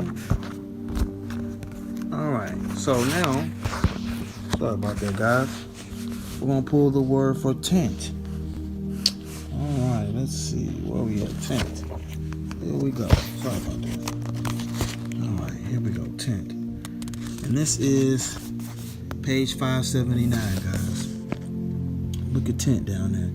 It says a temporary dwelling. Remember we just saw that earlier? Of various shapes. Generally made of strong goat's hair. Cloth. Stretched over poles. And held in place by cords reaching out to stakes. Driven into the ground. Don't it sound like a lot like what we do at Tabernacle, guys? The word tent is often used to refer to a habitation. So it's giving examples there. See that? 10, meeting, see, tabernacle. We saw that earlier. And remember, you already know what the tabernacle looked like. So here it is. Look at this right here, tabernacle. Look at that tent right there. Look at the caption under this picture. Tabernacle, wilderness, as pictured in the model by Dr. Conrad Schick. Look at that. That's a tent. That's a literal tent there, guys. Literal tent. Huh? There's the other part. I know I got more than one Zondervan. Now the word for home. Okay. A house, I'm sorry. And this is page 236 out of the Zondervan. For house. No, 235. Here we go. House. What does it start? Yeah, 235 for house. Down there, look at that. It says, in Old Testament, often in Hebrew and Aramaic, Bait or Bait, a dwelling place. Look at that, usually of solid materials. And it's giving examples. Exodus 12, remember doing Passover, right? The Lord went from house to house, not tent to tent, but house to house. Huh? And had the blood on the doorpost. See that? But anyway, just look at what it's saying here, guys. You can see that there's a difference between a literal tent and a house. Alright? Literal tent and literal house. Look at what it says up top.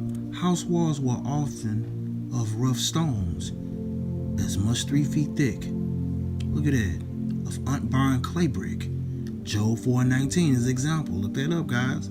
Sometimes protected with casting of stone slabs. In large buildings, the stones were square smoothed and pointed. The floor might be leveled rock surface, more often beaten clay. The rich might have a stone slab floor.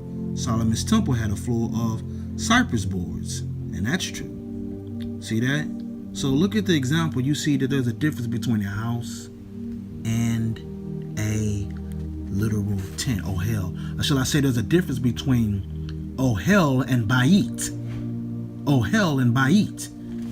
If you haven't learned those 2 Hebrew words by now, that means you haven't been paying attention.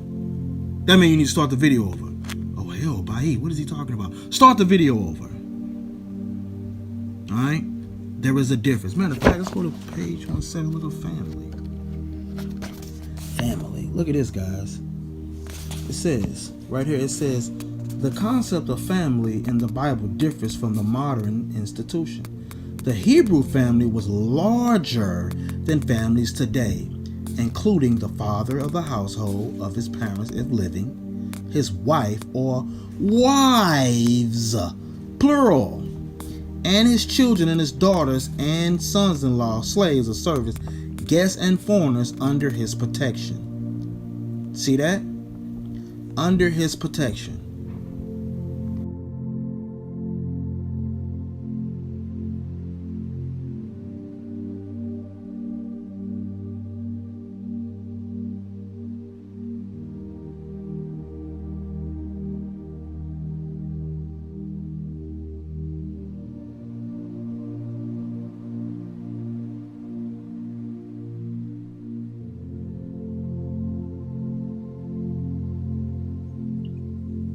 All right, now this is a real crucial part, ladies and gentlemen. I'm going to share my screen really quick. Because we're going to go ahead and get into examples of dealing with houses, because this is very important when I bring out this scripture here. I may have to do this in series. I see I'm basically pushing, been in this a few hours. Okay, so what I'm going to do is I'm going to go to Sefer Bereshit. For those who don't know, it's the book of Genesis. I'm going to go to chapter 39 really quick. Chapter 39. And go with the 14th verse, guys. Okay. So notice this word here says Beta. Beta looks a lot like house, right? Of course. But let's look at what it says here, guys. Look at this. Her house is what that says. Her house. Right? So, guys, let's go back. This is what her house looks like. Keep that in mind. All right? The next one we're going to go to is, we're going to go to Numbers. Numbers 16. Number 16. And 29. No, it's 32. I'm sorry about that. This says here. Notice that's the word house there, right? But it says Batahim. Batahim. What does that mean, guys? What does that word means? Let's see. What does that mean? It says, if these men die the common death for all men, or they visited after the visitation of all men, then the Lord is not the same. Oh, I'm sorry about that. Verse 32. I'm like, wait, it don't sound right. It says, and the earth opened her mouth and swallowed them up, and their houses. And their houses. Keep in mind. And their houses. This is plural. Let me go back. Hold on, wait a minute. Sorry about that, guys. Hold on, wait a minute. Okay. I apologize. Look at this. Betahim. Betahim. And their houses. Now, the next one is most definitely important. 1 Samuel 1. And let's look at the 19th verse. So, notice here, it has the word El, which is two, Betam, their house. Now, this one here lets me know that this is a group of people going to the same exact location. So it says to their house. Let's go ahead and confirm that really quick. Okay. So, here we go. Look, here we go right here. Their house, guys, right there. Let me highlight that in orange. Their house. So this is a group of people that's going to the same location. Let's go back to verse 1. It says, now there was a certain man of Ramathim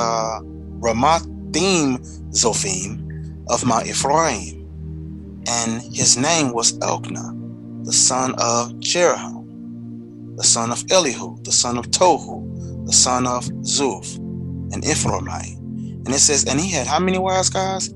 2 wives. 2. I can take that off actually now. It says, and he had 2 wives. The name of the one was Hannah, and the name of the other one was Peninnah. And Peninnah had children, but Hannah had no children. Now keep this in mind, guys. We see that this man had 2 wives. Because when you read this story, the same person that had those 2 wives, tell you right here, and they rose up early in the morning. They rose up in the morning early and worshiped before the Lord and returned and came. Because look, it says they. It says, and came to what? Their house, to Ramah. And Elkanah knew or had sex with Hannah, his wife. And the Lord remembered her. And the Lord remembered her. Look at that. Remember, guys, this is how Samuel was born. So you mean to tell me that this man and his 2 wives lived in the same house? Laid down with each other there? What we see?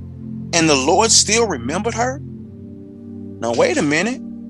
Most don't know that Samuel was a part of what you call a polygynous household. We see right there, they're in the same house. Same house. Let's go to 2 Samuel 5 real quick. 2 Samuel 5. Let me move this out of the way. 2 Samuel 5, and we're going to start in verse 13. Keep this in mind. Now, earlier, remember we had read earlier about David, built him a house. And that word for house there in verse 11 is what? Bait. Same thing here, guys. But verse 13, it says, and David took him more concubines and wives out of Jerusalem after these come from Hebron. And they were yet sons and daughters born to David. So now we see that he had took more wives and concubines, because he had some in Jerusalem as well. And out of Hebron, I'm sorry. But anyway, how many concubines did he have, guys? There's an answer to that. There is an answer to that. How many concubines did he have, guys? Let's go ahead and see. How many? 2 Samuel 15 and verse 16. All right. This is when he was on the run here. Let me start in verse 13 real quick. It says, and there came a messenger to David saying, the hearts of men are after Absalom. Because remember, this is when David was on the run. He was fleeing from his son. So he said, man, look, the people are starting to fall in love with Absalom. They like him. So he says, and David said unto all his servants that were with him at Jerusalem, arise and let us flee, for we shall not else escape from Absalom. Make speed to depart, lest he overtake us suddenly and bring evil upon us, and smite the city with the edge of the sword. It says, and the king's servant said unto the king, behold, thy servants are ready to do whatever, my lord. They say, look, we ready to do whatever. The king shall appoint. So whatever you tell us, we're going to do. So look at this. It says, and the king went forth, and all his household after him. All his household after him. But watch this. And the king left 10 women, which were what? Concubines, to keep the house. Not houses, but keep the house. Look at this. Look at this. Eser nashim pelakshim lishmor habayit. 10 women who were concubines who were left to keep the house. Now we see right here, nashim is plural. When you Pilagesh, Pilagshim is plural. Let you know the concubines is plural. Lishmor, which is to keep. Ha, which is the house. Not batim. Not batim. That's singular. So 10 women in the same house? Why didn't God step and say, David, we're going to need you to get 10 houses for that before you leave up out of here, Jack? Look at that. Isn't that something? 2 Samuel chapter 16 and verse 22. Look at this. El Pelagshi Avi Le'enei Kol Israel. So you see that? The word Ohel, right? Which we know is a tent, because remember he built a tent up on top of the house. Remember that, guys? We read this earlier. Let's go back. Boom. Remember in verse 21, it says, and Ahithophel said unto Absalom, go unto thy father's concubines, which he had left to keep the house. Look at this. And to thy father's concubines, which he had left to keep the house. That was singular, not plural. Huh? Verse 21. Look at this, guys. So, dealing with this, look at this. Ishmor habayit. Look at that. The house. That's singular, not plural. 2 Samuel 20 and verse 3. I went to 4. Look at that. Isser Nashim Pilagshim. 10 women were concubines. See that? 10 women are concubines. Ashira Hinaya Haniach Ishmora Habayit. Look at that. These are the 10 women which were his concubines whom he had left to keep the house. That's singular. Habayit. Matter of fact, let's copy this real quick. Habayit. And let's go back and reshare the screen. And let's go here. 10. Copy Habayit.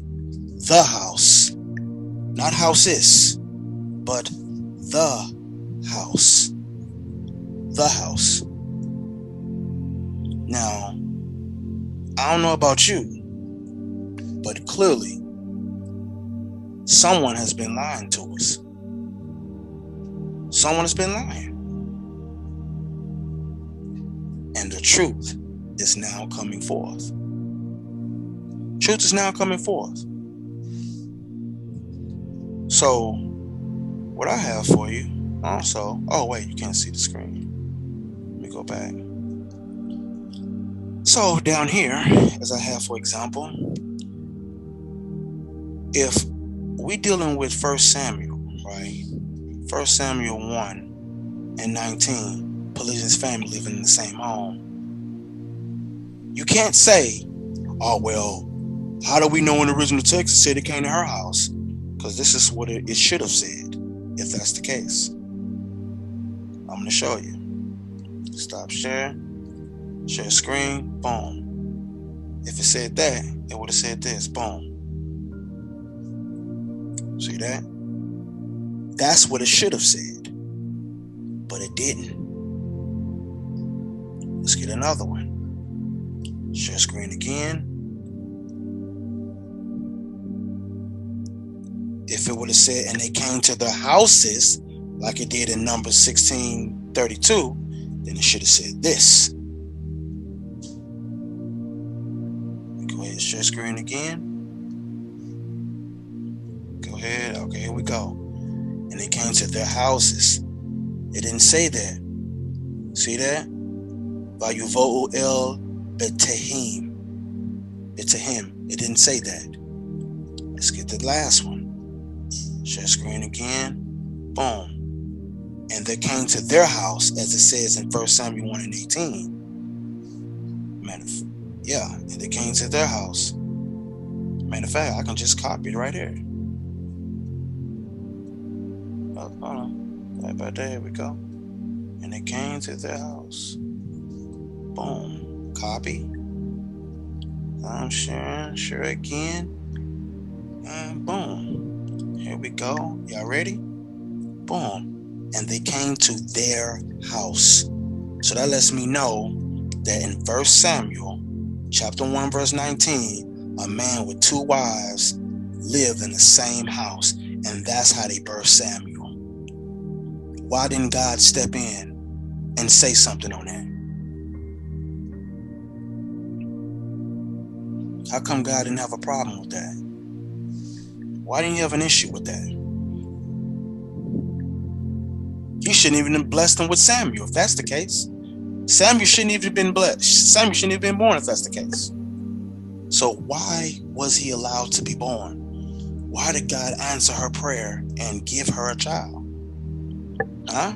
I may have to do a series on this because we over 2 hours. But I want to use as a case in point. There's a difference between Bayit, which is the house, and Ohel, which is a tent. There's a difference. There is a difference. Now remember, in what we know as the Apocrypha, King James Apocrypha, in the book of Sirach, remember I read this earlier? It's Sirach 1 and 1, Ecclesiastes 1 and 1, when he deal with the prologue of the wisdom of Jesus, the son of Sirach. Remember he said this, wherefore let me entreat you to read it with favor and attention. That's what he's saying. When y'all read this, Sirach, read this with favor and read this with attention. Pay attention. It says, and to pardon us, forgive us, wherein we may have seemed to come short in some words, which we have labored to interpret or translate. For the same things uttered in Hebrew and translated into another tongue, language, have not the same force in them. It don't have the same force in it, guys. That's just a fact. It's right there in your English book. It don't have the same force in it.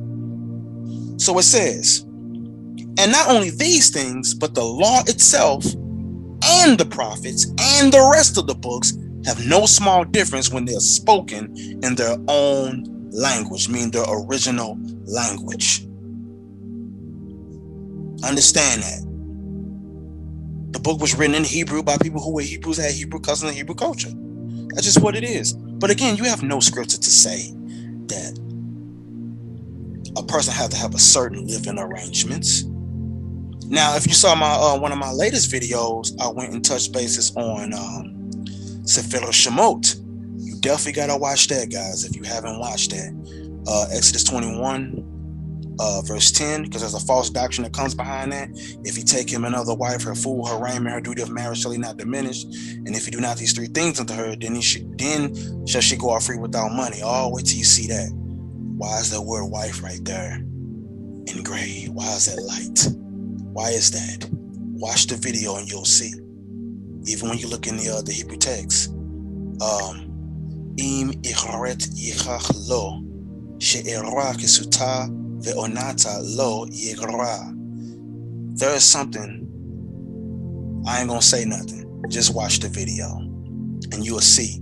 There are scriptures they're taken out of context, and there's more I'm gonna be dealing with, and I may have to do a series into this as well.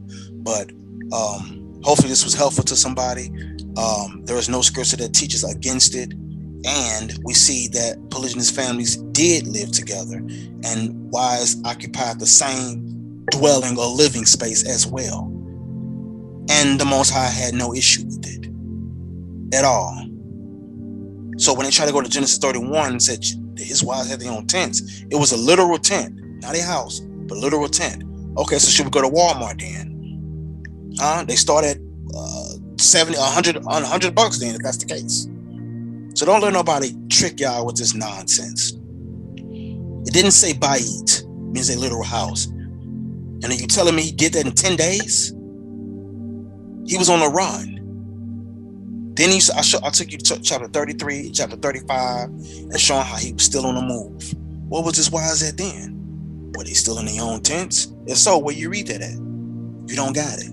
So even when they go to Jubilees 33, I just showed you that in the Hebrew text. It's the word ohel. So, ladies and gentlemen, I hope that was helpful. I'm Judah Moshe Ben Yisrael. Judah Shoodah, Shalom.